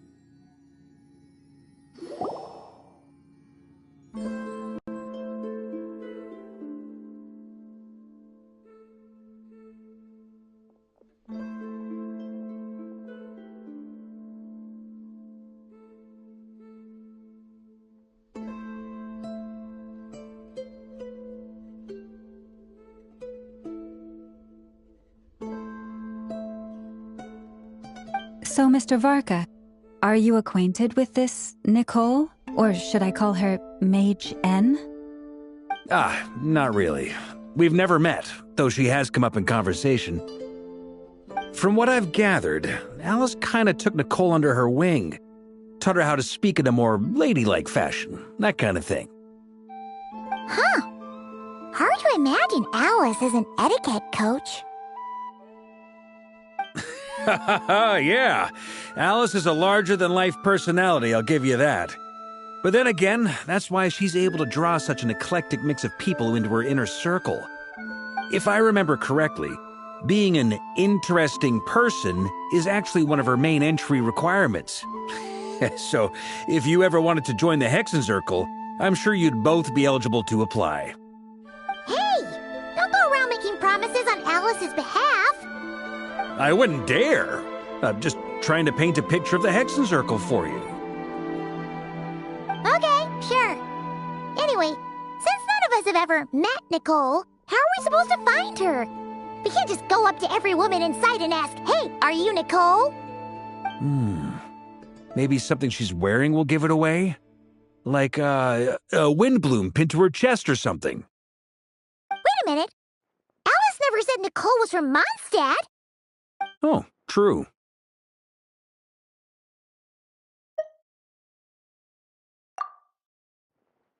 That would be this young lady, then?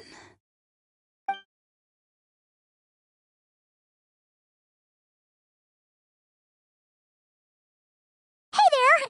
Sorry to disturb you, but are you Miss Nicole?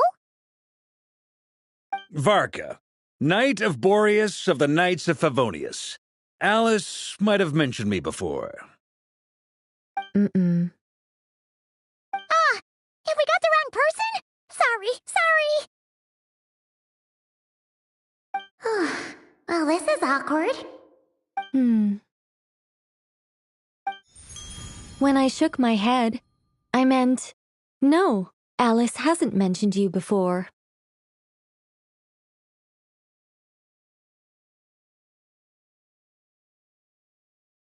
Huh? Where is this voice coming from? My apologies. For certain reasons, I am unable to speak. This is the only way I can communicate with you.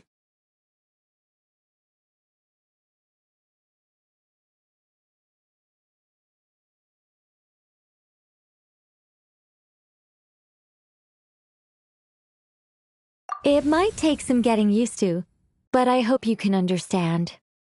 Hey, it's fine. I'm more shocked by the fact that Alice never speaks about me.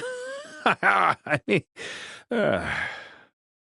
As for you two, we have crossed paths twice before, but it is nonetheless a pleasure to finally meet you. It's really you! Thanks for all your guidance in the past! You're quite welcome. This time, things are different. We have reached the I'd say that we stand at the crossroads of fate.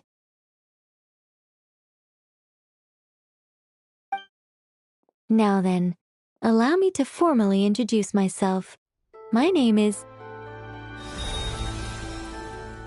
No, stop! Alice! I can't believe it! I had a whole speech prepared. I'd agonized moments to ruin other people's plans. I'm so sorry about that. Alice took the liberty of devising some bespoke self-introduction magic for each member of the Hexenzirkel. But I could have sworn I deleted all of the triggering conditions for it. How did it bypass everything? Oh gosh, this is so embarrassing. This is a very different side of Nicole than what we're used to. Is she not used to face-to-face interactions? Don't worry about it. We've seen that introduction magic once already, so it wasn't too much of a shock. Please go on, Miss Nicole. We'd love to hear what you have to say, or, well, communicate. Huh? Are they talking to this lady? But... Will you all promise to forget that horrendously embarrassing introduction? sorry, embarrassing. When?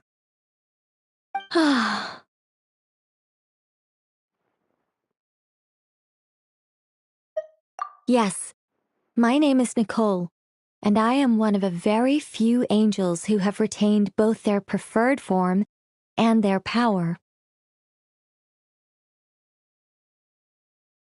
The Traveler and Paimon should be no strangers to this concept. There is another of our kind in Natlan. They call her the Lord of the Night. All right! Paimon remembers her. Yes. Well, I have retained more of my power than she. It's because I don't have a long-term duty to fulfill. To be more specific, no. We'll be here all day if I get into the specifics. Moving on. If I'm not mistaken, you are here because you wish to learn how one might reach the moon beyond the sky. That's right. Is that something you can give us any guidance on? Yes, I do know a way. It began with the Hyperboreans, who lived after the War of Funerary Flame. Blank looks. Maybe I should start with the background of the war. Or maybe not. It shouldn't be an issue. I'll fill in the gaps for you when we have more time. Anyway, after that war ended, the three moons retreated to beyond the false sky. The Hyperboreans were humans I once aided. They accepted the civilization and creations bestowed upon them by the angels. But despite accepting many blessings of the angels, many among them still held on to their faith in the moons. They were reluctant to accept the new order. Even after the War of Funerary Flame, they sought to contact the moon goddesses beyond the sky and receive their guidance. But all three had passed away by that point.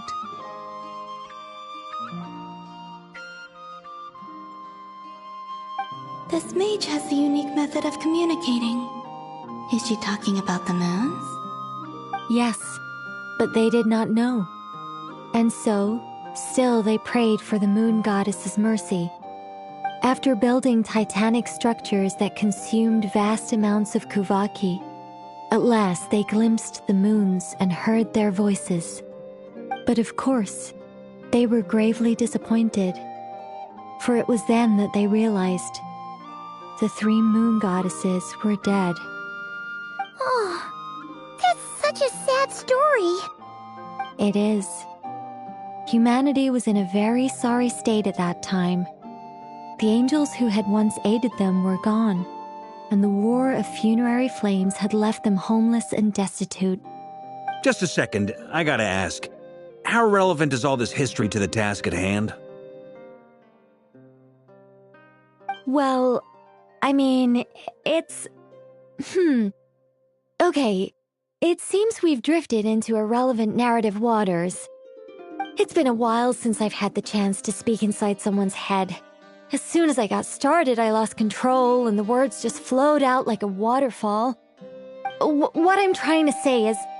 Right, yes, that's it. The relevant part is the ritual created by the Hyperboreans.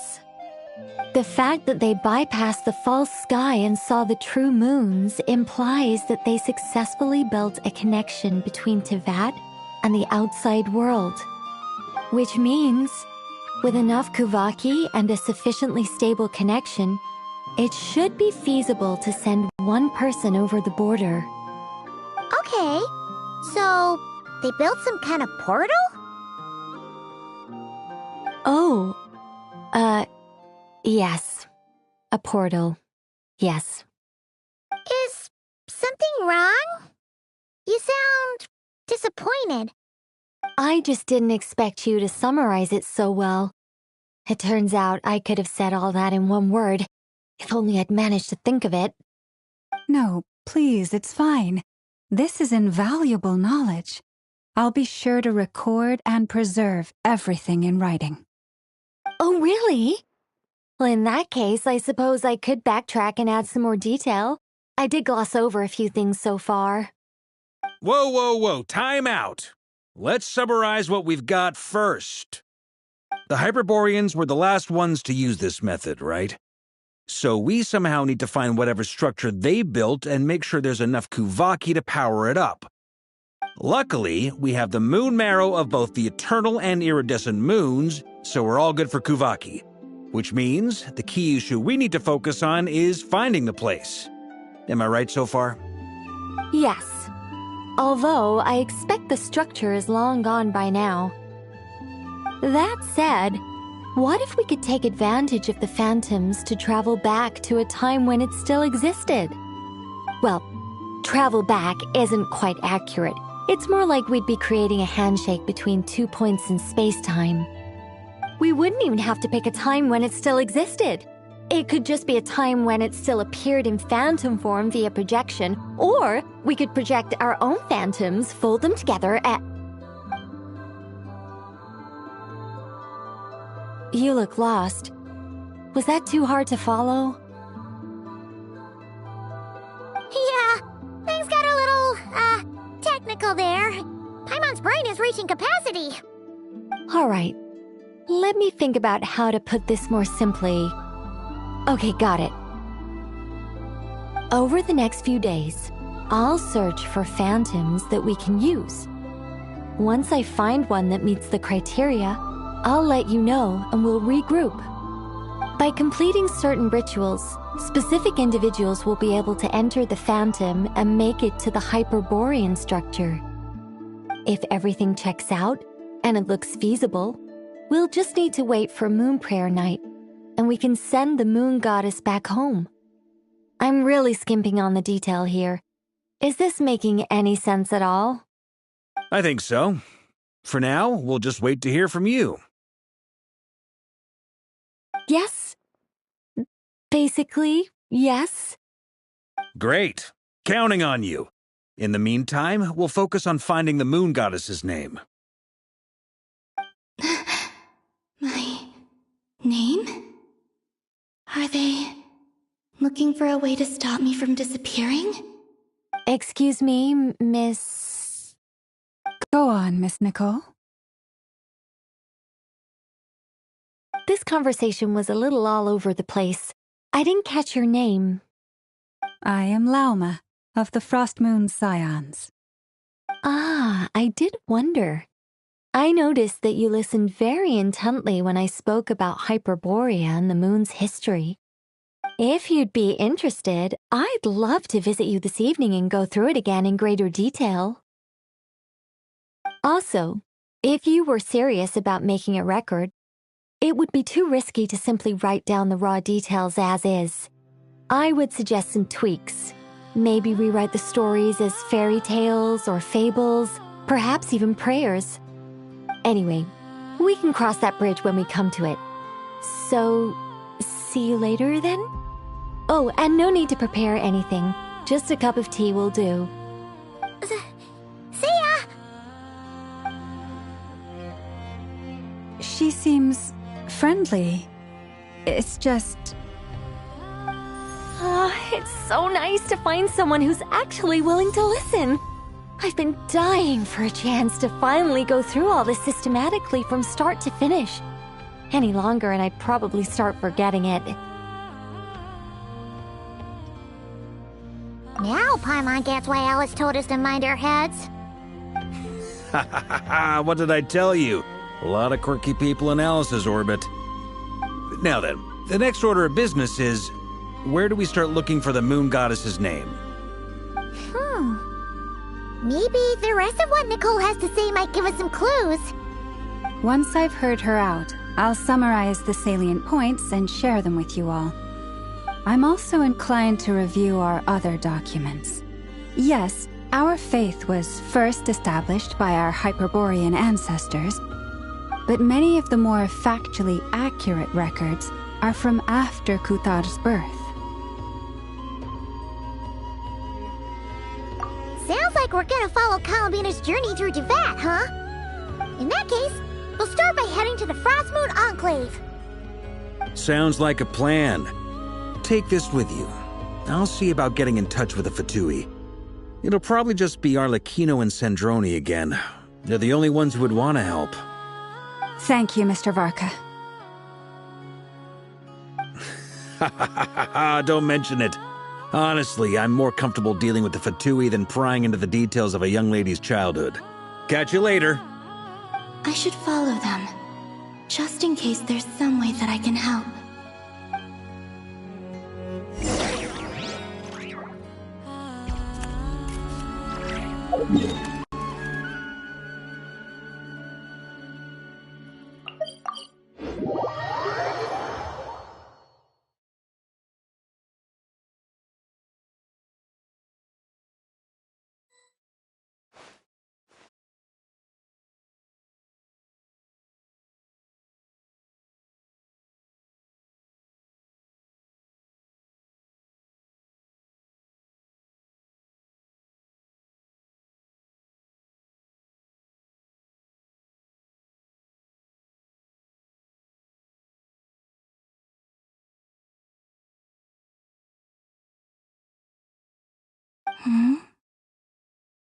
You're saying there's unreliable material too? Yes. Most of the information we have was transmitted through an oral tradition. Inevitably, some of her stories were mythologized and deified over the years through countless retellings. That's why I organized them into reliable and unreliable. There's no sense seeking answers in history unless we can ensure the veracity of the historical record. Makes sense. All right, let's take a look through.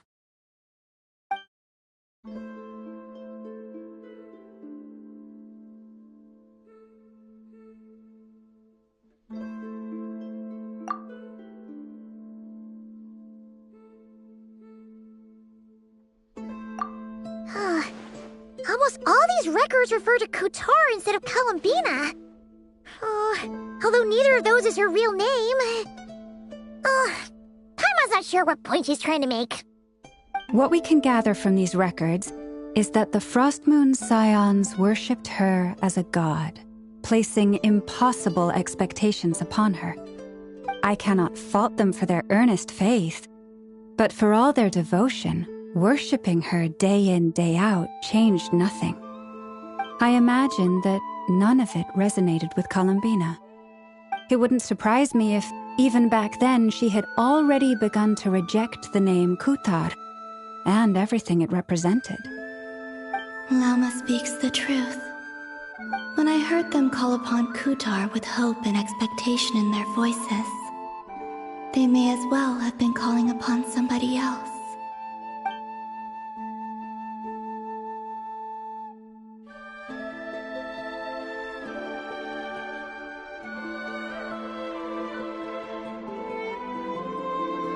Well, that's a bit complicated. I looked at the level of detail, perceived authenticity, prose style, and how realistic their portrayal of Kutar seemed to be. Amongst the Frostmoon Scions of today, only I know of her existence, and I alone have spoken to her face to face. As such, I know that there are certain things she simply would never do. That being said, I have sensed some changes in her lately. Changes? Me? Seems like this is getting us nowhere. For what it's worth, why don't we check the unreliable sources too? Sure. Give me a moment.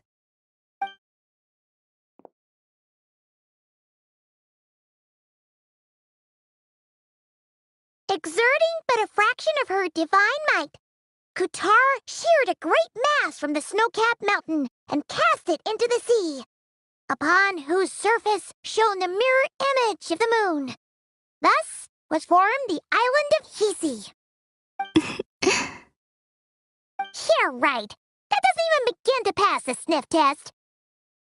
The 3 moons are naught but lies through and through. Only one moon has ever shone for us, and Kutar is her name.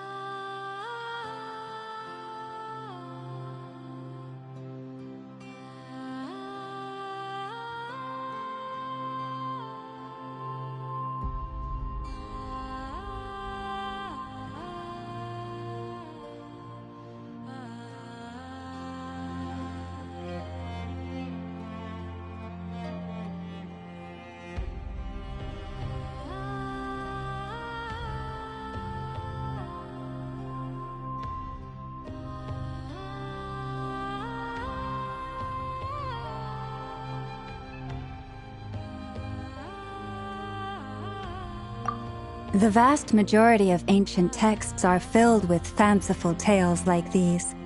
I trust you understand my criteria a little better now. Kuthar did not speak, merely gazing into the distance in silence.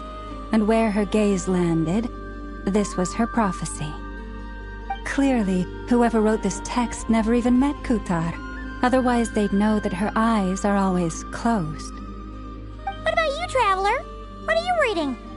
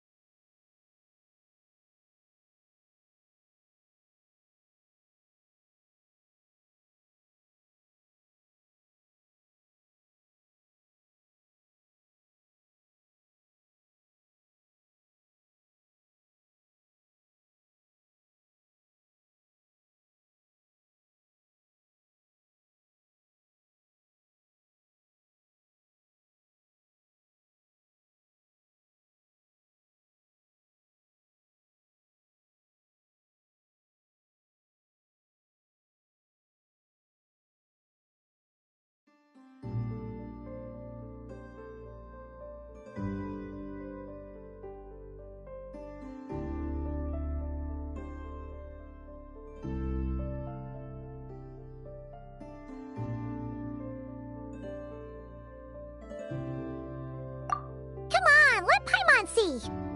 The child wished to build a wooden nest with which to shield a fledgling bird from the cold. But being so young and lacking in strength, the child could not snap the branches from the trees. Kutar was passing by. Upon seeing the child, she summoned forth the Kuhenki, who built a beautiful nest for the child. I remember that. Not knowing the meaning of Kutar's divine intervention, the child dared not to respond, and thus ran home to call their parents. But Kutar was gone. The Moon Chanter declared the event a miracle and took the nest as a relic, placing it on high for all to see. The child was named as one favored by the goddess and was greatly respected amongst the people. Yet, no further miracles were bestowed, and this matter was forgotten in but a few years. Huh. Any thoughts after reading that?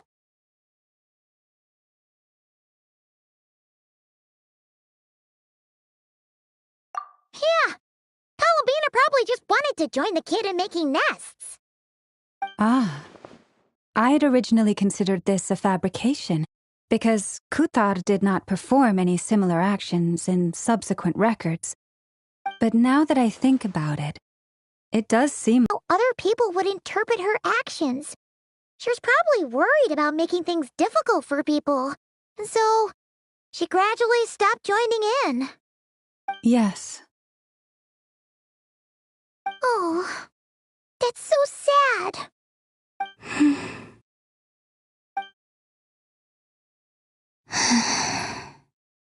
And now, I can make no such gestures of warmth, even if I want to.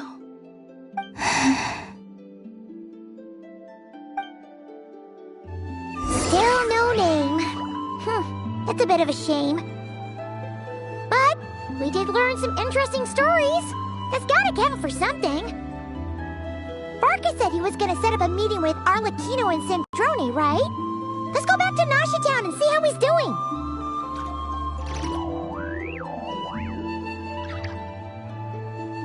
Hal loves being antagonistic. Just ignore him when he's mouthing off. Don't let him get under your skin. I dare you to release me and say that to my face!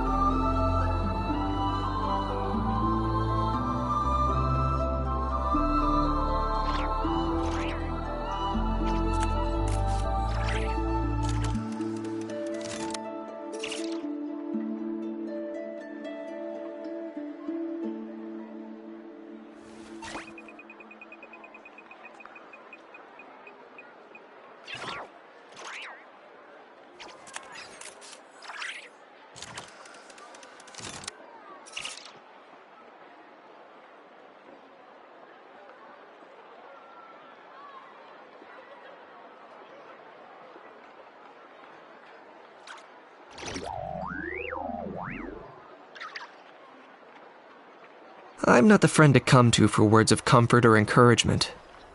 But when it comes to weighing the costs of your actions, ask away.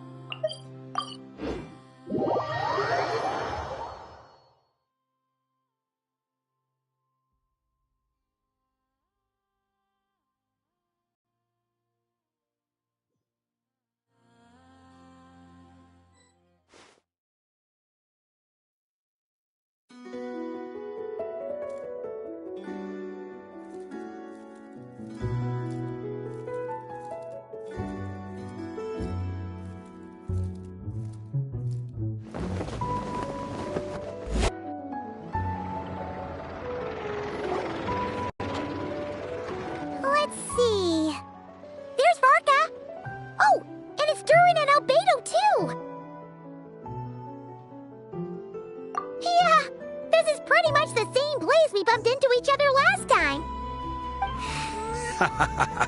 I convinced them to stick around a little longer.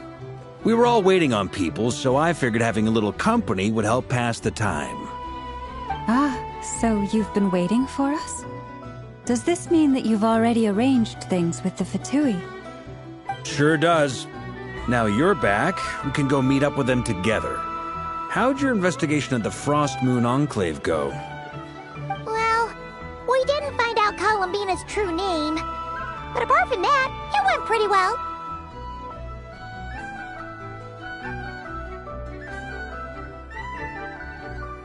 Aha, just as well that I didn't tag along then. I'm sure our moon goddess wouldn't want every man and his dog knowing all about her private life. Still, desperate times, desperate measures, I guess. Someone had to do it. So, Varka was waiting on us, but what about you two? Are you waiting for Alice? Oh, no. We already met with her. We discussed that experiment I mentioned to you last time. Oh, and she also handed me this communication device.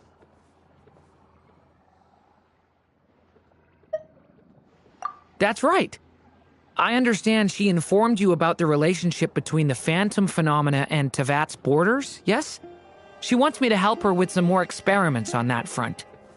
She said that she'll contact me through this device with more information. Ah, I see. Following instructions and making observations. Pretty common research method. Takes me right back to Albedo's lab. Wait, then who exactly are you meeting? Someone you know. Albedo's met him too. But I don't think Miss Lauma or the Grand Master have been introduced. Introductions are overrated. Especially in cases like this. It's you! So, it's not like the Academia has prohibitions against going abroad. Also, I applied for leave. I've been writing to Hat Guy since obtaining a human form. I've already brought him up to speed on everything that's been going on in Nodcry. Hat Guy? Turns out, I actually have heard that name before. Oh?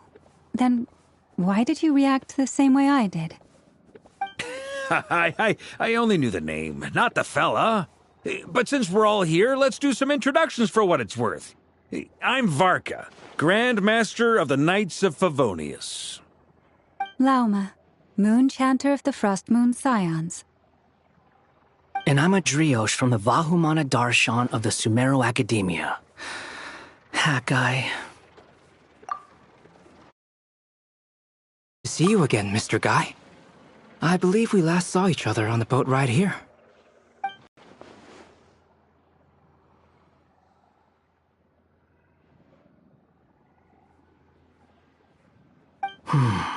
Mind you, the only reason I came here is because there's someone I want to look into.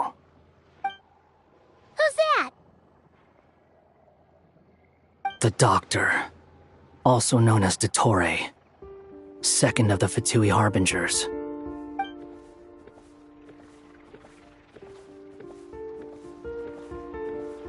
From the tone of your voice, it sounds like there's bad blood between you. I was reviewing our archives and noticed that a lot of information about him was missing. Left a bad taste in my mouth. That's all there is to it. Dottore, or Zondik, as he was then known, once studied at the Academia, but he got kicked out before he could graduate.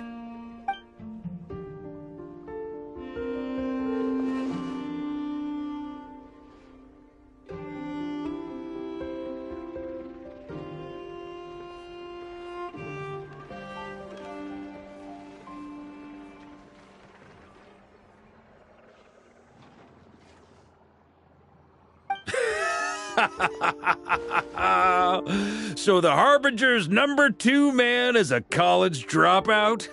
How embarrassing for them. Last we heard, he was planning something. We actually heard that a few times before, even coming to Nodcry, but we haven't seen a trace of him since we got here.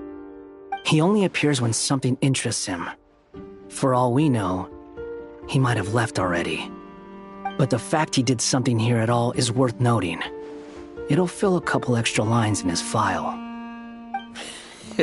Why does it sound less like a file you're writing and more like a criminal record? Anyway, we were just about to meet 2 of the other Harbingers. Want to come along? You might learn a thing or two about him there. Sure. Even though they're Harbingers, well, they're old acquaintances of ours, so, you know, when you talk to them, try to be... I got it. The Frostmoon Scion's relations with the Fatui remain tense. Forgive me if I do not attend.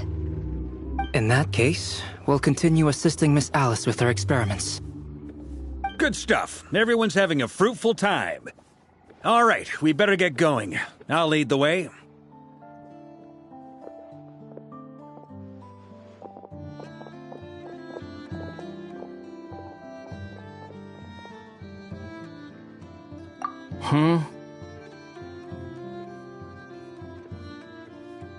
Well, yeah, that's obviously part of it.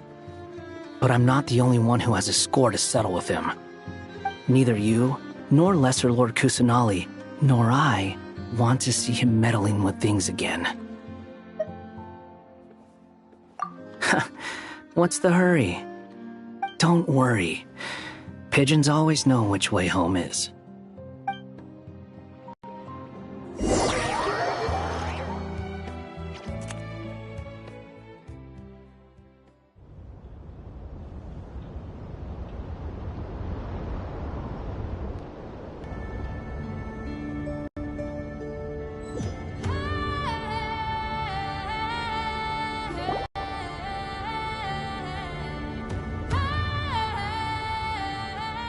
You made it. Who is this? A scholar from Sumeru. They call him Hat Guy. He's an old friend of the Travelers. Wait, this is the Academia representative you wrote about? He doesn't exactly look the part. I believe this will prove my identity. You'll notice it bears the seal of the Sanctuary of Surasthana. Well, what do you know? So it does. All right then. My mistake. It's fine. I expected as much. What? So as I mentioned in my letter, the Academia's got its eyes on Dottore. But this matter remains top secret. Apart from those assisting in the investigation, the fewer people who know, the better. If anyone asks, I'm here in Notcry to pursue my personal academic interests. Gotta say, Varka, you did pretty well to keep all this under wraps for so long. Sounds like you got in touch with the Academia about this way back. you flatter me.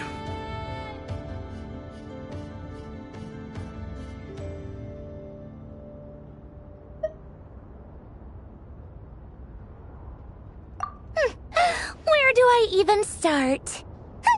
Remember that time we fought Rerir at Star Sand Shoal? He sure let me have it then, didn't he? I'll bet Dottore had that all sketched out, with me as his convenient little pawn. He could not care less about us if he tried, but hey! The feeling's mutual.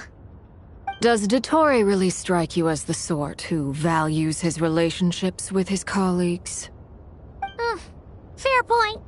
Definitely not. Which is why I always keep my guard up whenever he starts making suspicious moves.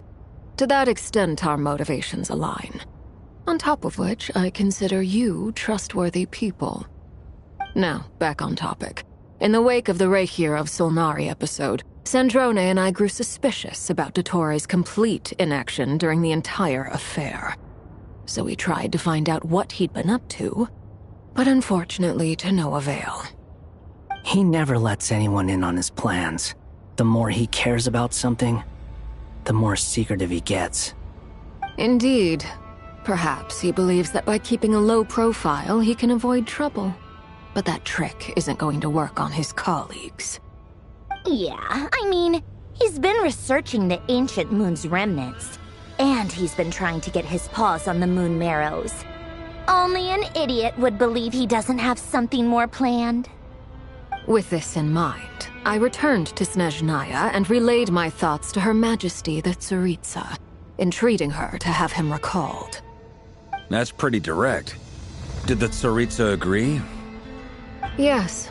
I made it abundantly clear that the Fatui's business in Nodcry is almost concluded, and we do not need 3 harbingers in this territory.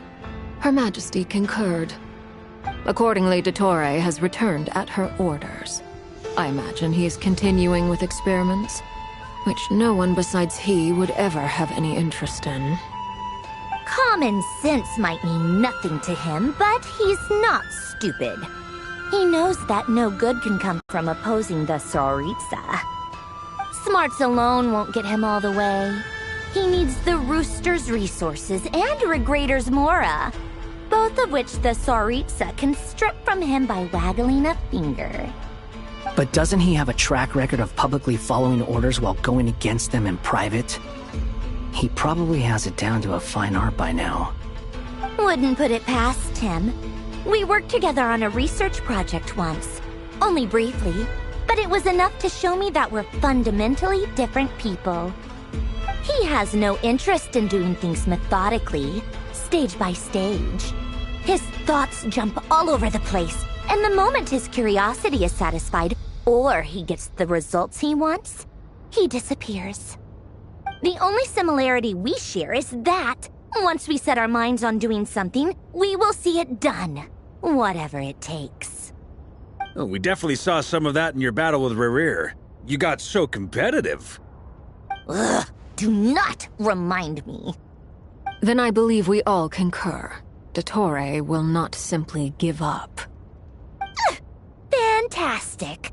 Now this is turning into a whole day of unpleasant memories. Ugh. Are you talking about the moon marrow stuff? He also strikes me as the kind of person to disregard experimental regulations, ruin all the equipment, and go way over budget. Then leave the first person he can find to deal with the fallout. Exactly! This one time, he was running some high-temperature experiment and the substance exploded. But does he care? No! He orders his subordinates to open the device so he can observe the results, which causes the gas inside to leak out. That gas was poisonous! If I hadn't been there, who knows how many people might have died. And after all that, he left while I was still cleaning up after his mess. What a waste of time, he said. Waste of time? The nerve! He wasted my time! You've been bottling that up for a while, huh? Hat Guy, I must say, you seem awfully familiar with internal Fatui affairs. Especially when it comes to Dottore. Thank you, Lady Harbingers, for providing such valuable information. I have no other questions for now, so I'll be on my way. Wait, what? You're just gonna leave? You're welcome to join if you want. Ugh. Just when Paimon thought he'd finally mellowed out.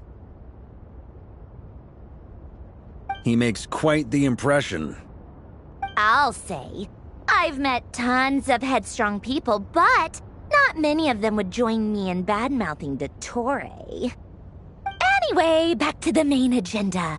Barca, you said that Columbina has gone missing? Or rather, disappeared. Yeah. We're working on building a connection between her and this world. The simplest method is to find out her real name. I've actually asked her that question before, but she said she didn't know. Considering our relationship, I doubt she was lying to me.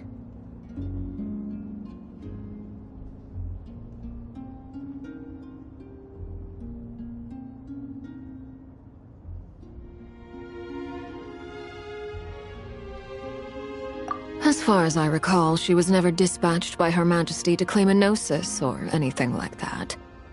The Tsaritsa's plans had long contained a place specifically for her. I always thought that was weird. What could she do that the rest of us couldn't? Knowing what we do now, it's probably something related to Kavaki, right? More than likely. When she first arrived, Columbina would often go to Her Majesty and ask when she could start the task assigned to her. But Her Majesty always gave the same reply. The time has not yet come. So she spent her days in Snezhnaya doing basically nothing. The Tsaritsa has summoned a beautiful blind maiden to be a harbinger, giving her the third seat by virtue only of her enchanting voice. It was a dumb and stupid rumor, but the reality of the situation made it hard to refute. And what happened after that? I imagine she stopped caring. She no longer seemed to care why she had been recruited, and Her Majesty never gave her any missions, so she just continued to sing in the flower garden. For my part, I was busy. So busy, in fact, that watching someone be that idol had me fuming. But still, I got the sense that she had long been used to a life of other people claiming she was needed when she wasn't. I just felt that having a place to stay would cost me something eventually. And so I waited quietly for the day that I would have to pay the price. And on the other end of that spectrum, you had me. Someone once told me that I had the lousiest work and the toughest luck. That's a good way of putting it. I forget who said it, but those words have always stuck with me.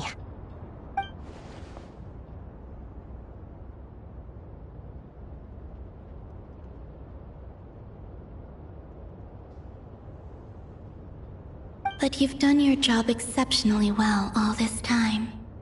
Because at heart, you are a conscientious person.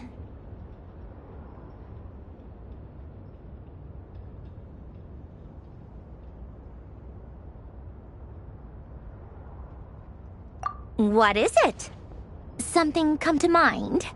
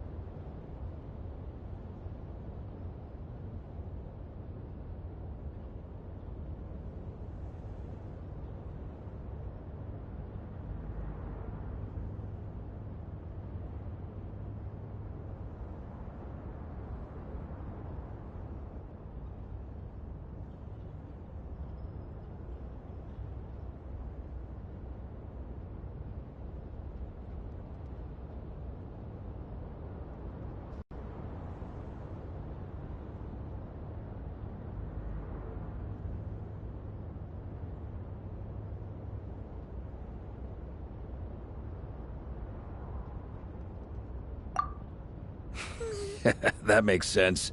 Nothing screams you are needed like your name shouted from across the town. Well, good luck with it.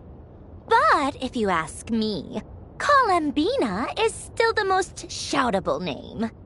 I'm just so used to it now, after all the arguments we've had.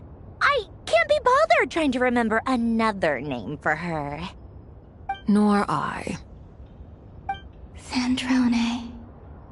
Harlequino.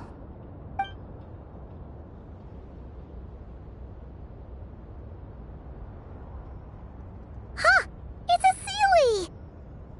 Does that mean Nicole has news for us? Ladies, I thank you for your hospitality. If the chance ever comes up, I definitely owe you both a drink sometime. I'm sure it will. You can make your own way out. Heck, you've been here enough times, you probably know your way around better than I do.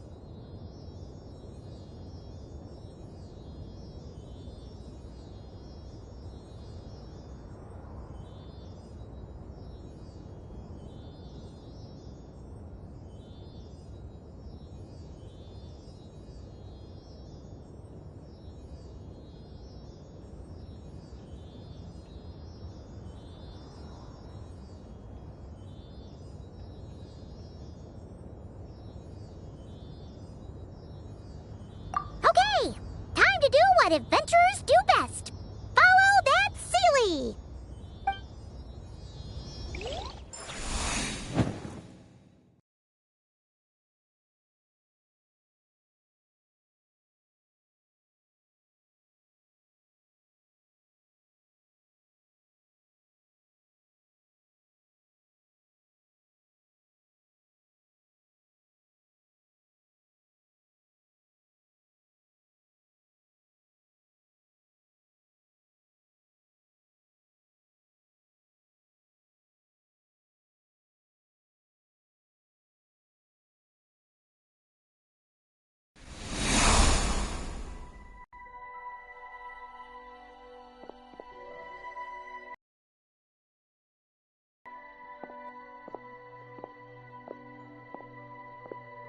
Oh, Hat Guy. How come you're back so soon? Did things go all right with the Fatui?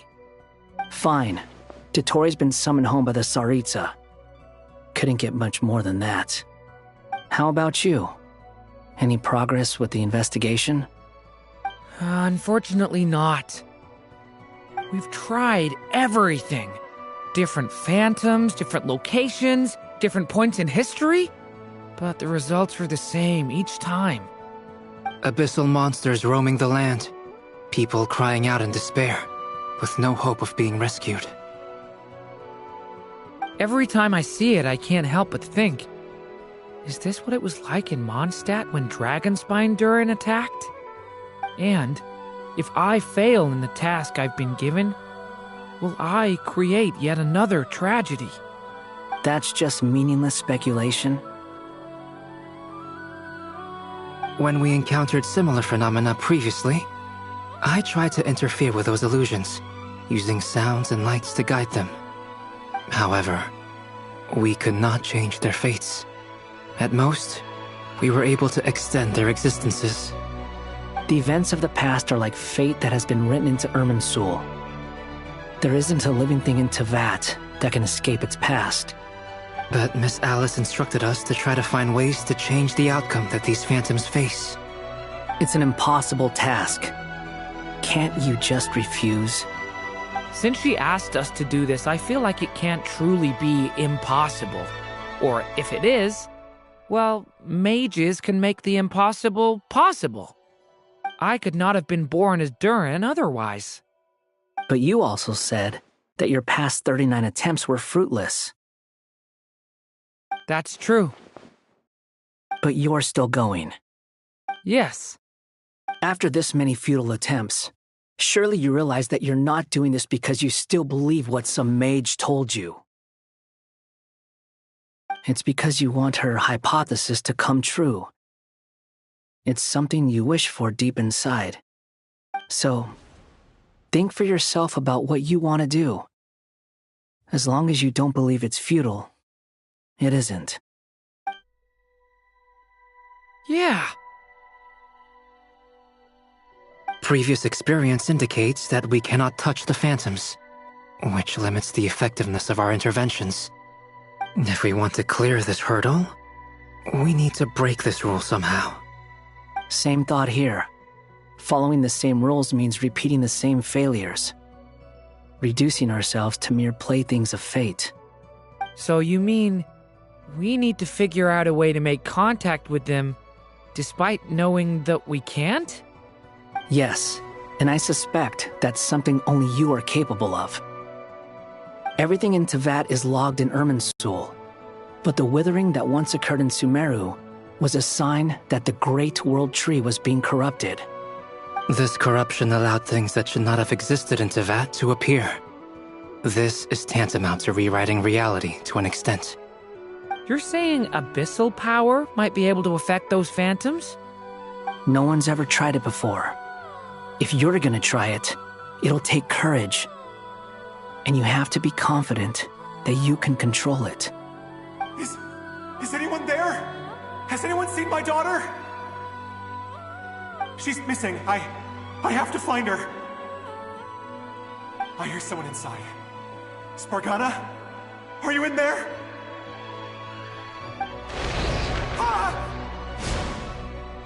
If If I can use my abyssal powers to warn him that there is danger here, maybe it'll change his decision. Maybe he'll stay away. Yes.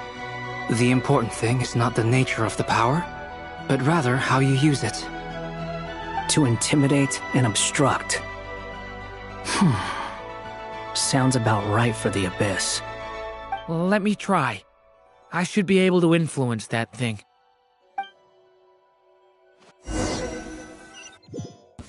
Have you seen the little girl?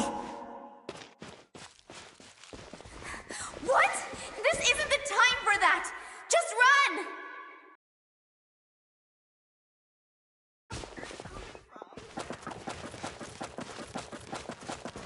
I hear someone inside. Spargana? Are you in there? Where are all these monsters coming from?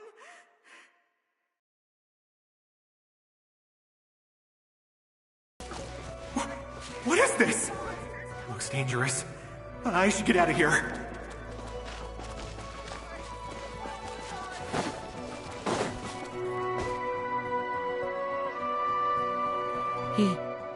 He really left.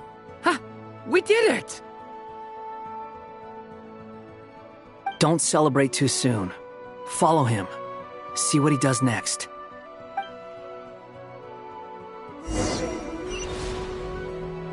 Monsters approaching from the front. You need to stop them and create an opportunity for him to hide.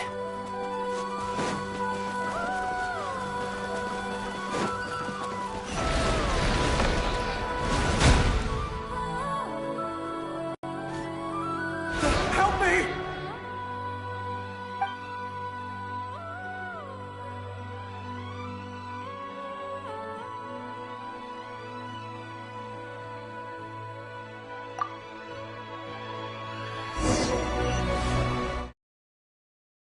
Approaching from the front. You need to stop them and create an opportunity for him to hide.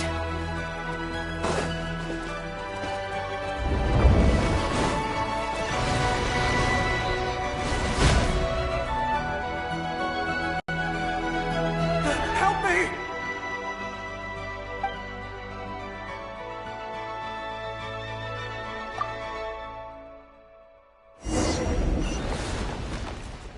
Monsters approaching from the front. You need to stop them and create an opportunity for him to hide.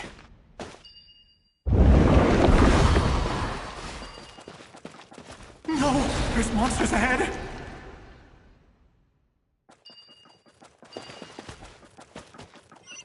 Wait, is that the barrier I saw earlier?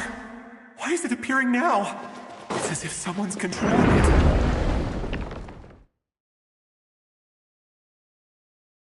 The monsters are gone. Is it...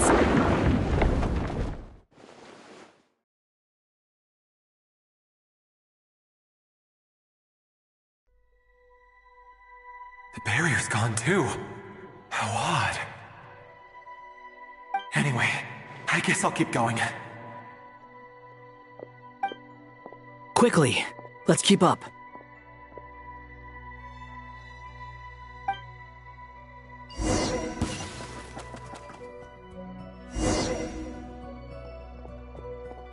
Wait, there was someone else here? Don't go any further. We've got anti-monster traps laid out everywhere. But my daughter must just be up ahead. I have to go. This way's blocked.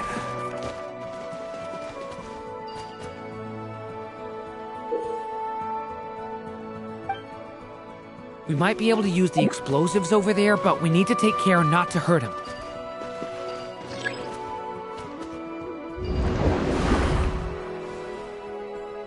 I'll use the barrier to keep him at a safe distance.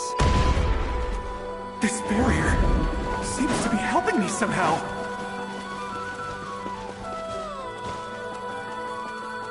Hey, wake up! Oh, no good. Gotta keep moving ahead.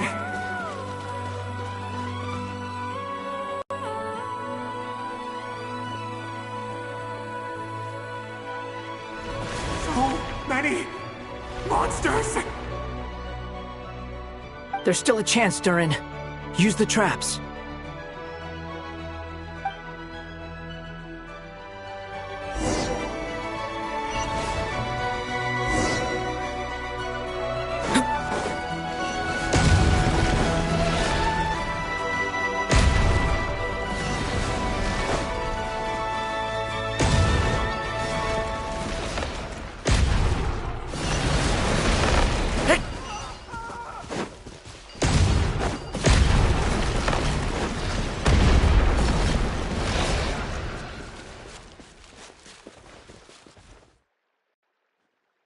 This is a new development. I've never seen this happen before. We might just be able to save this person.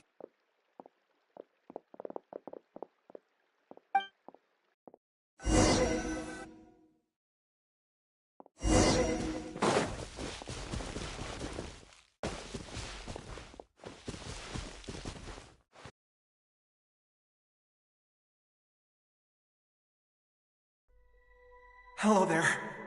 Have you seen my daughter? Spargana's her name. She's carrying a large backpack.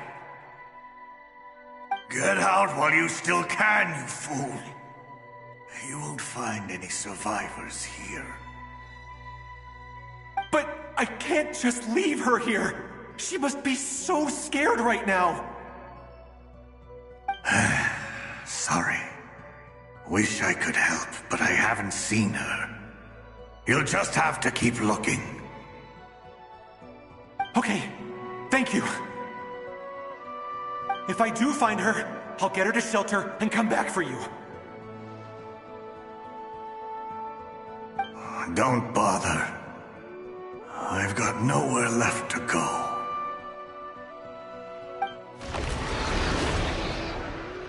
What's that noise? Monster!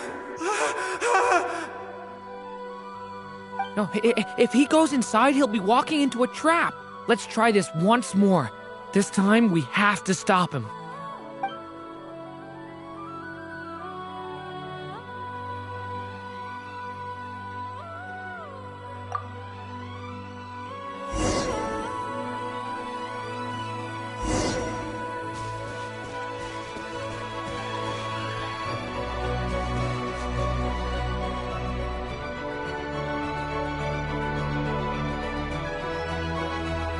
Hello there.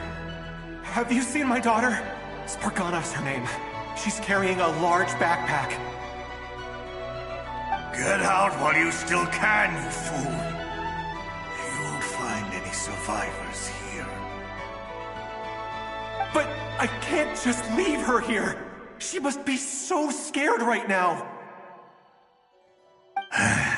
Sorry. Wish I could help, but I haven't seen her. You'll just have to keep looking. Okay, thank you. If I do find her, I'll get her to shelter and come back for you. Don't bother. I've got nowhere left to go.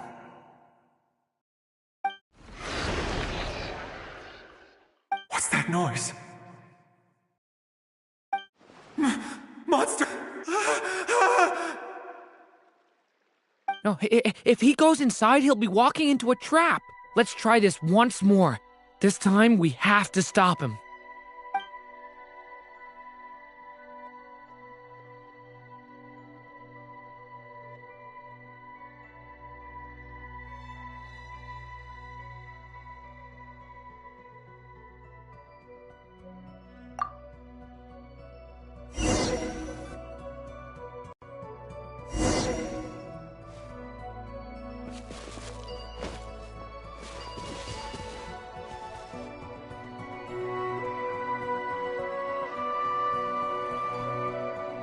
Hello there. Have you seen my daughter? Spargana's her name. She's carrying a large... Get out while you still can. But I can't just leave... Okay, if I do find her... Don't bother. What's that noise? No, if he goes inside...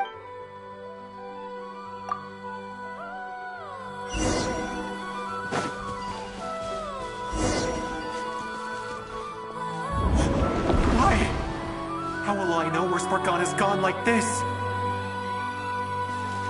You know what? I'll trust this strange barrier. It's gotten me this far after all.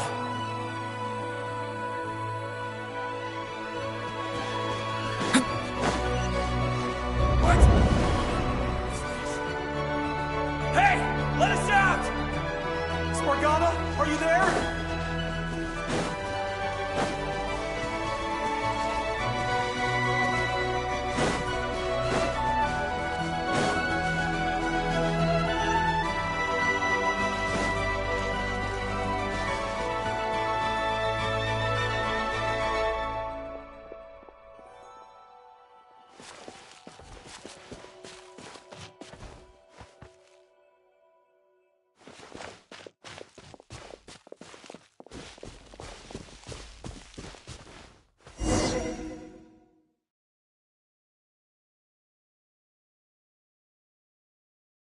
Huh?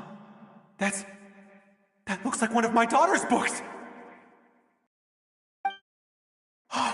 Thank you. Thank you! Yes, it's one of hers for sure. That's her name on it right there. She left her backpack here.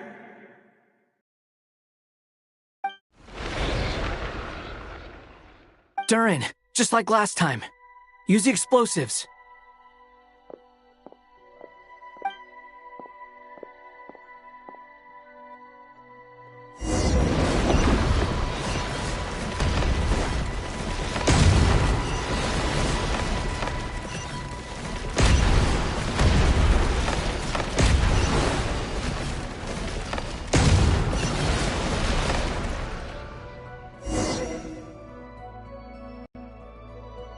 It won't work. There's not enough left. If he makes it in, he'll die.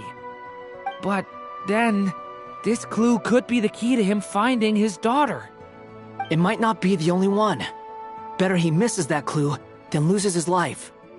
I guess so.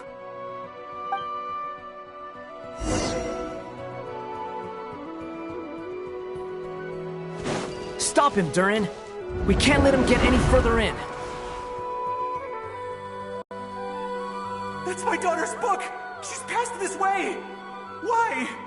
Why won't you let me go in? I've searched and searched and searched just for this! But how will I find her without any clues?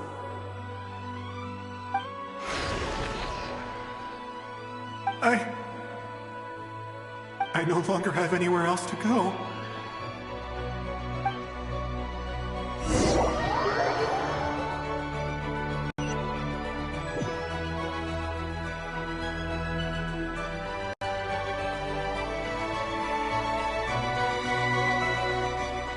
I'm sorry. I'm so sorry. He refuses to go anywhere else. Whether he opens this door or not, all that awaits him now is death. We couldn't change his fate. Albedo? Hat Guy? Let's try one more time. I don't know how we're gonna do this, but I don't want to give up either.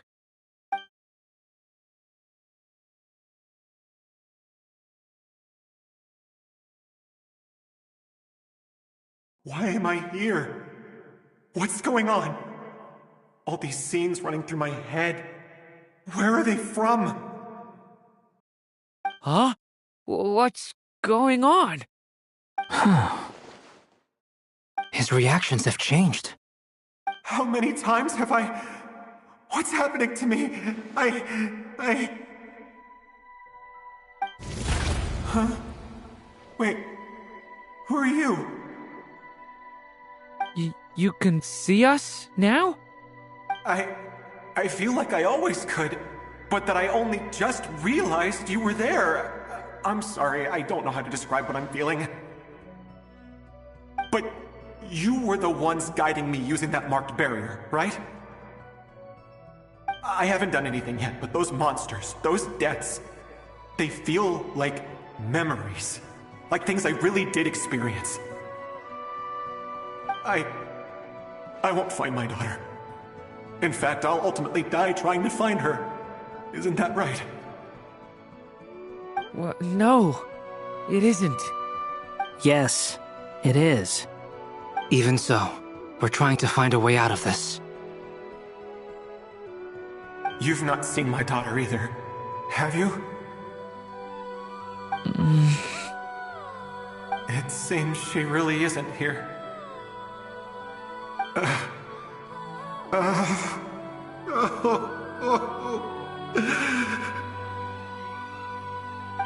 I'm sorry we couldn't help you.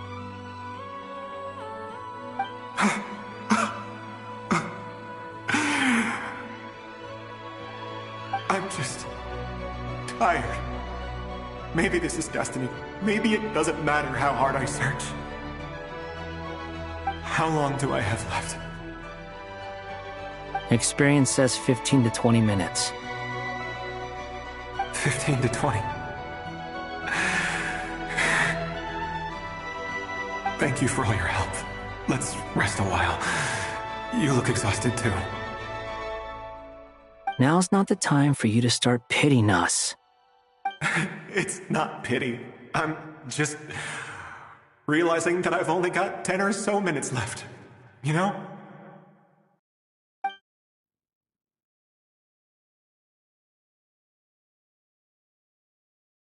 You say you're from Mondstadt, yes? A place with windmills, where people enjoy limitless freedom? And you're from Sumeru, where they've built an academy into a giant tree? Yes. It seems you've never heard of either place. Those names are unknown to me, I'm afraid, yes. Have you heard of Hyperborea? I have, but I heard that it was destroyed in the distant past. I see. That was where my ancestors once lived. What about Delphi Pytho? Was it later rebuilt? I've never heard that name. Then what about Sal Vindagnir? I have seen that name on stone tablets on Dragonspine. But I'm afraid the only things left of that place are its ruins. I see. Sure enough, there was no way to turn this around, huh? I'm sorry. I was the one who asked to chat, but it seems like we're too many ages apart. There's barely any common ground to start from. It's all right. We did hear something new, at least. From how you speak of your lives, things must be going all right for you, I guess. They are. Mondstadt is a place of freedom and happiness. There's a lot of good people in the church and the Knights of Favonius, and even outsiders find that it's an easy place to feel at home. We have festivals a few times a year. Everyone gets together to drink, sing, and be merry. Sumeru is a lot more uptight. Not really the kind of place where you can relax. It's a nation fraught with problems wherever you look. But if all you want in life is to seek knowledge, I guess it's pretty much paradise. That's wonderful. In other words, after this all-devouring black tide passed, humanity did not merely avoid extinction, but rose to build prosperous civilizations anew. I mean, I can see you all right now. That must mean the future isn't a total mess, right? That's true. Well, time's almost up. Let's part ways, I think. Might be best if you don't waste too much time on me. The chances are slim, I know, but I'd like to spend these last few minutes looking for Spargana. If things work out, I'd love to tell her about what I've heard. May we meet again. Well, or not, most probably. In that case, may your wishes come true.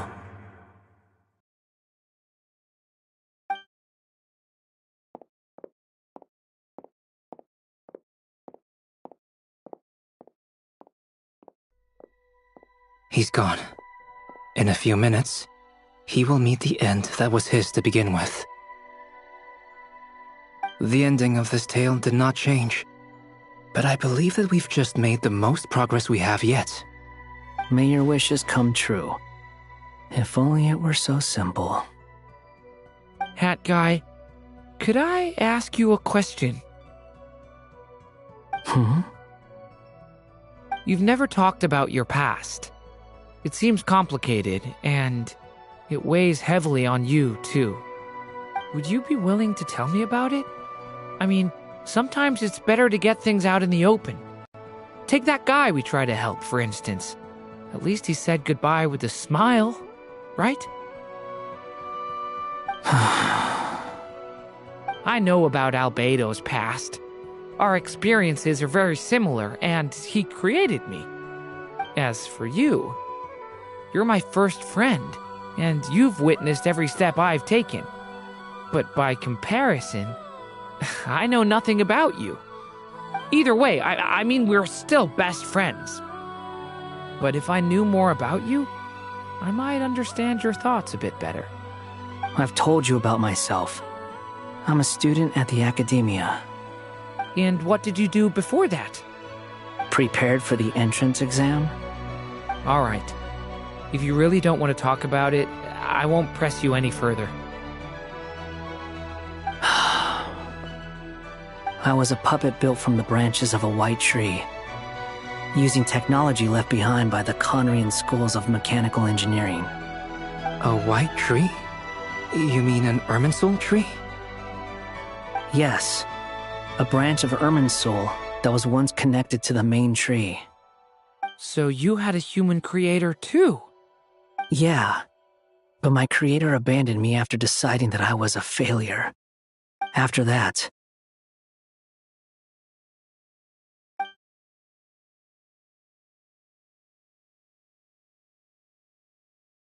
Durin, resisting the influence of the Abyss, suppressing the urge to destroy, trying to do the right thing. None of these things are easy. But no matter how hard they are, trying to rewrite past wrongs is far harder. You asked me if you would create a new tragedy if you failed. I told you there was no point speculating about that. But the real answer is, yes, you absolutely will. That guy. But at least you've got people here to help steer you away from the wrong path. So, just keep aiming towards the light. I will. I promise. All right, break time's over. Hello? Durin speaking. Hello, friends, it's me. What have you been up to, I'm detecting some unmistakable fluctuations here at the border.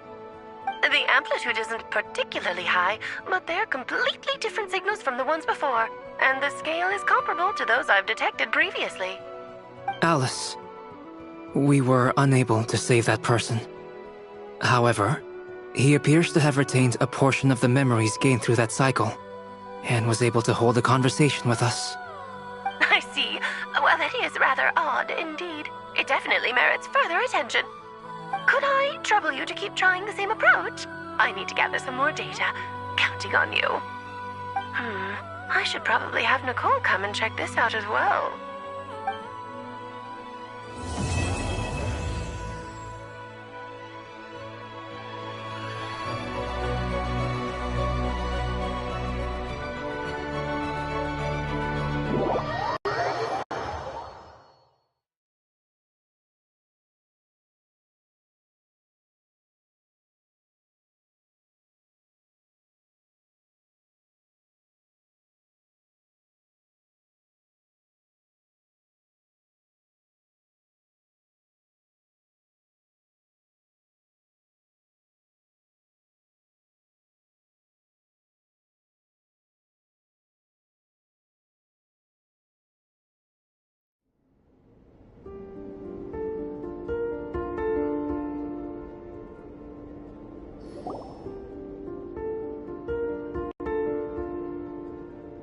There you are. I was worried you might stop to collect treasure chests opened by the Seelie along the way. It would have taken you so much longer to get here. Another conversation I cannot hear. I am delighted to see that you understand what takes priority, and that your adventurer's instinct has not swayed your resolve. Really, I must applaud you for it. You should know. Paimon's head. Okay, I'll try and keep it short. My senses are telling me that this is where we shall find the entrance to the ruins. Oh, cool! Well, what are we waiting for? Let's open it up and see! Patience. This was a sanctuary of great importance to the Hyperboreans. A special process is required to open the gate. Oh! Like the place that housed the Eternal Moon's Marrow?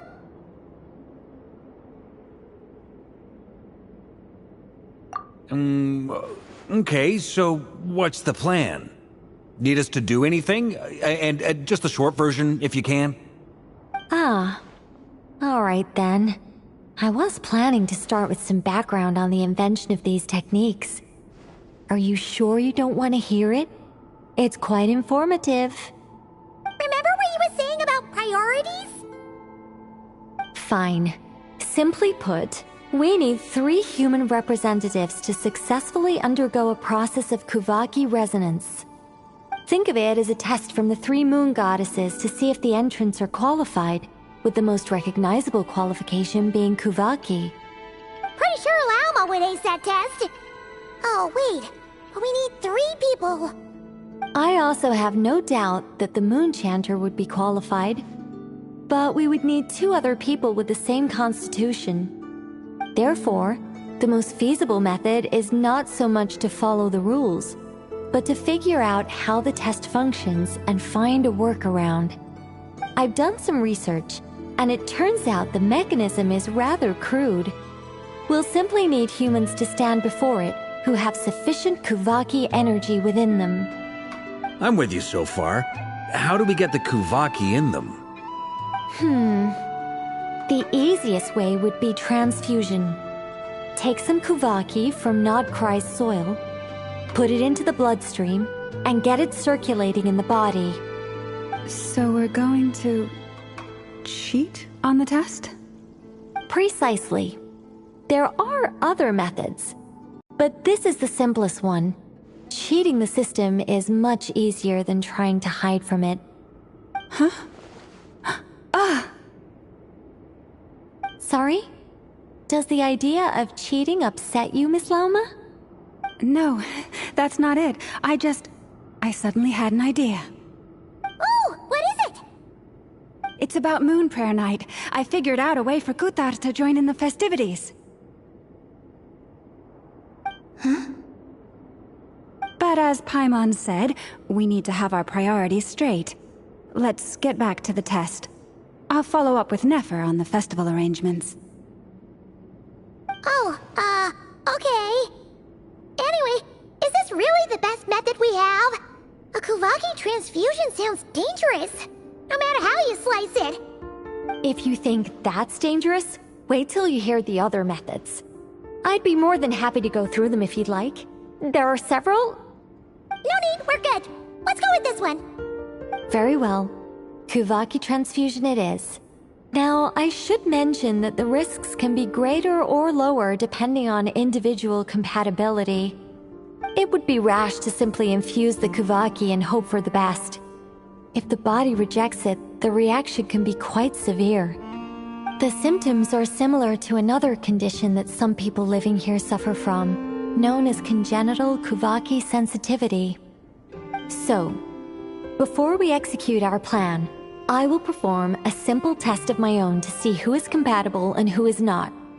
Once that is done, we will have to complete the resonance process as rapidly as possible. The participants must remain stationary while the Kuvaki circulates and bonds with them, and they mustn't eat or drink anything.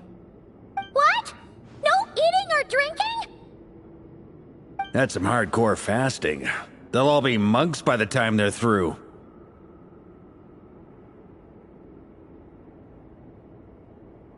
"3 days. Oh, that's so long! And we still need to find 2 more people who are not just compatible, but also willing to volunteer. Fasting? What are they talking about?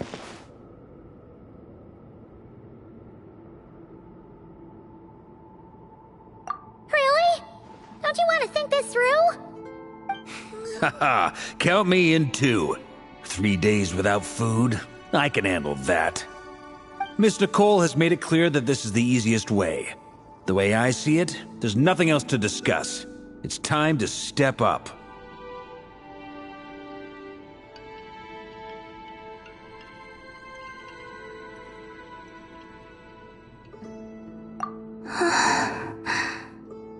Yeah, you're right. In that case, Paimon volunteers to be Captain of Logistics. She'll keep the fires lit and grab some spare clothes to keep you comfortable.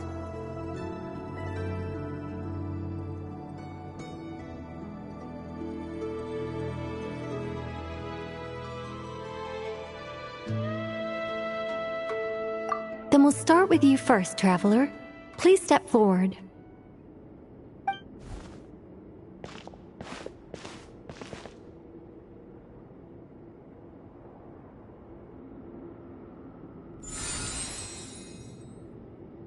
How's it going?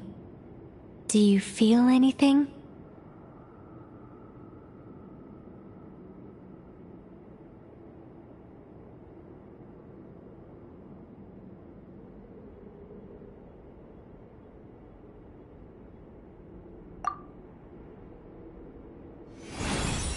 How about now?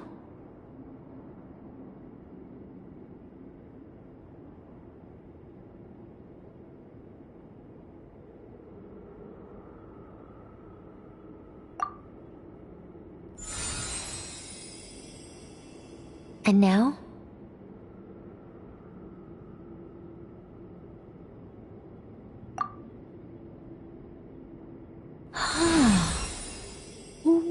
What about now?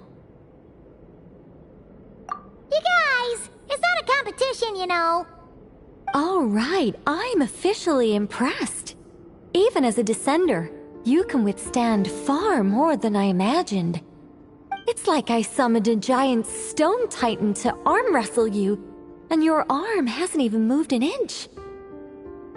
In my last attempt, I infused 5 times.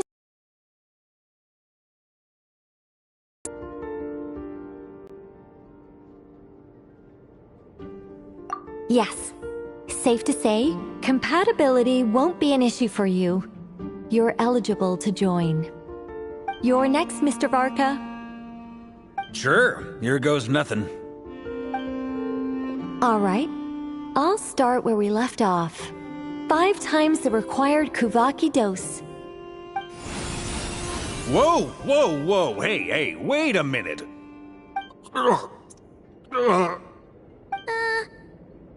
it going? Ooh, no, not great.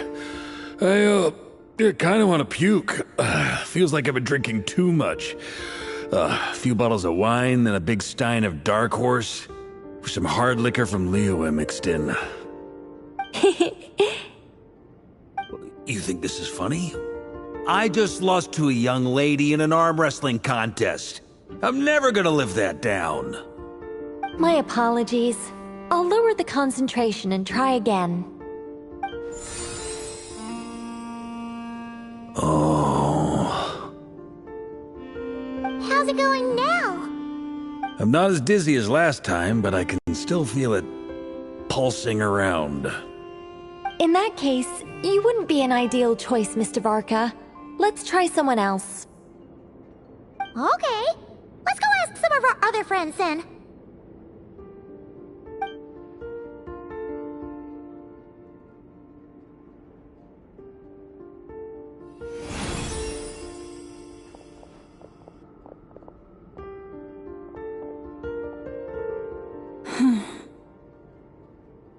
No surprises here, Miss Moonchanter. You're perfectly compatible. You may join.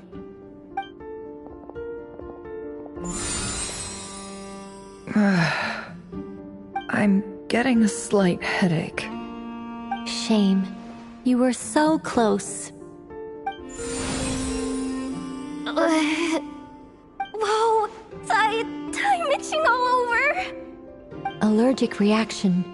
We can't have that. Huh? Well, are you gonna start or what? The Hexenzirkel is an organization that cares for and protects children. We will not have them do dangerous things. Not even tests.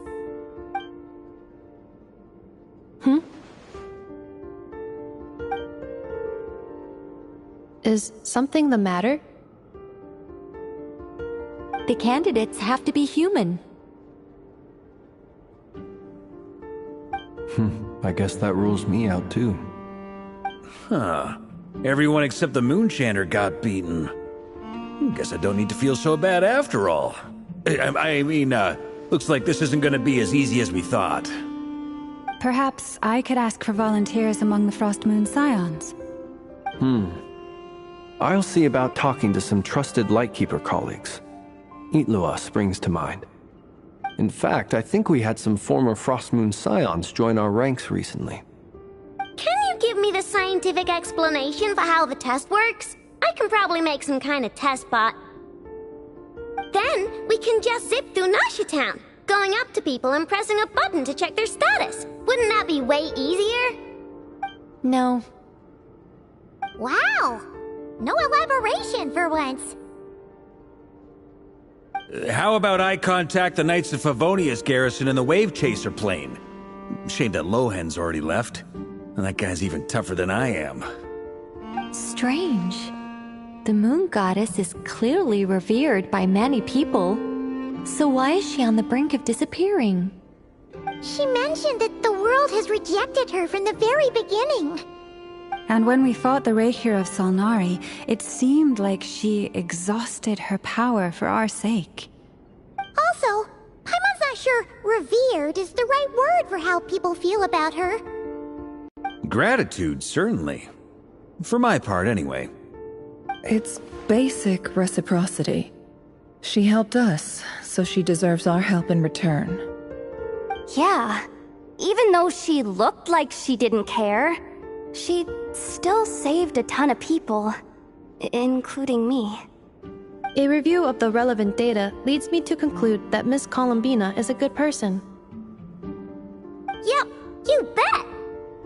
They really think so? I'm super surprised that Columbina isn't her actual name, though. I think it really suits her. It's light and graceful and... yeah, just a really pretty name. I know, right? Unfortunately, that's not our decision to make. Columbina. That was the code name the Fatui gave me. But it also came up in the song I heard when I was born. But... is that really all there is to it? What do I truly think of my own name? Is there anyone left who will still call me by that name?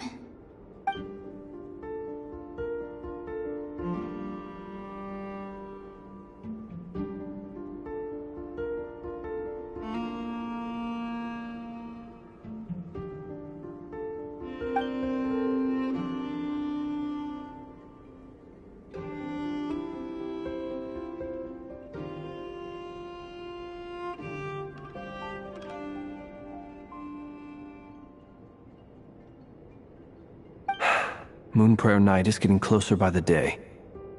We're running out of time. We need to look for other candidates. Then allow me to try. Huh? What are you doing here?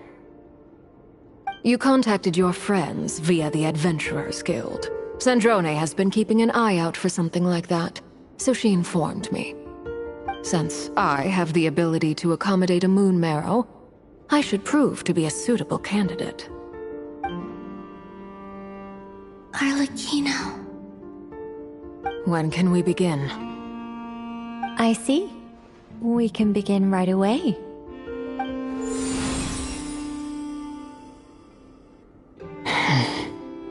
How was it? Did you feel any discomfort? Not at all. Then it seems we shan't need to look for additional candidates after all. Great! Cool. Alright, like Paimon said, the rest of us can take turns making sure the three of them stay warm and comfy. Then, my job is to take care of the caretakers. I will ensure everyone receives food and accommodation.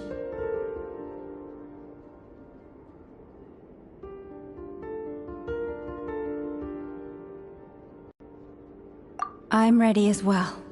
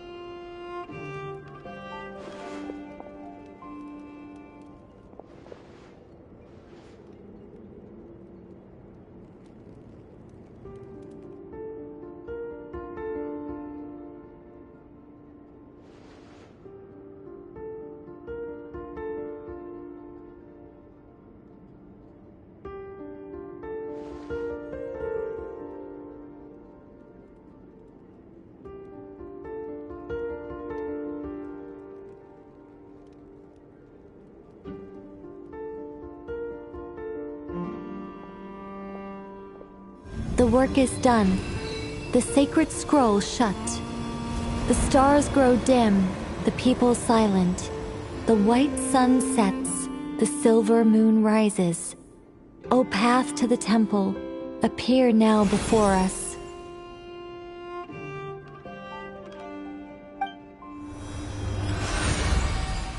Wow! So that's what all the... Come, let us enter. It might be best to... They will head in... They will need to enter this gate.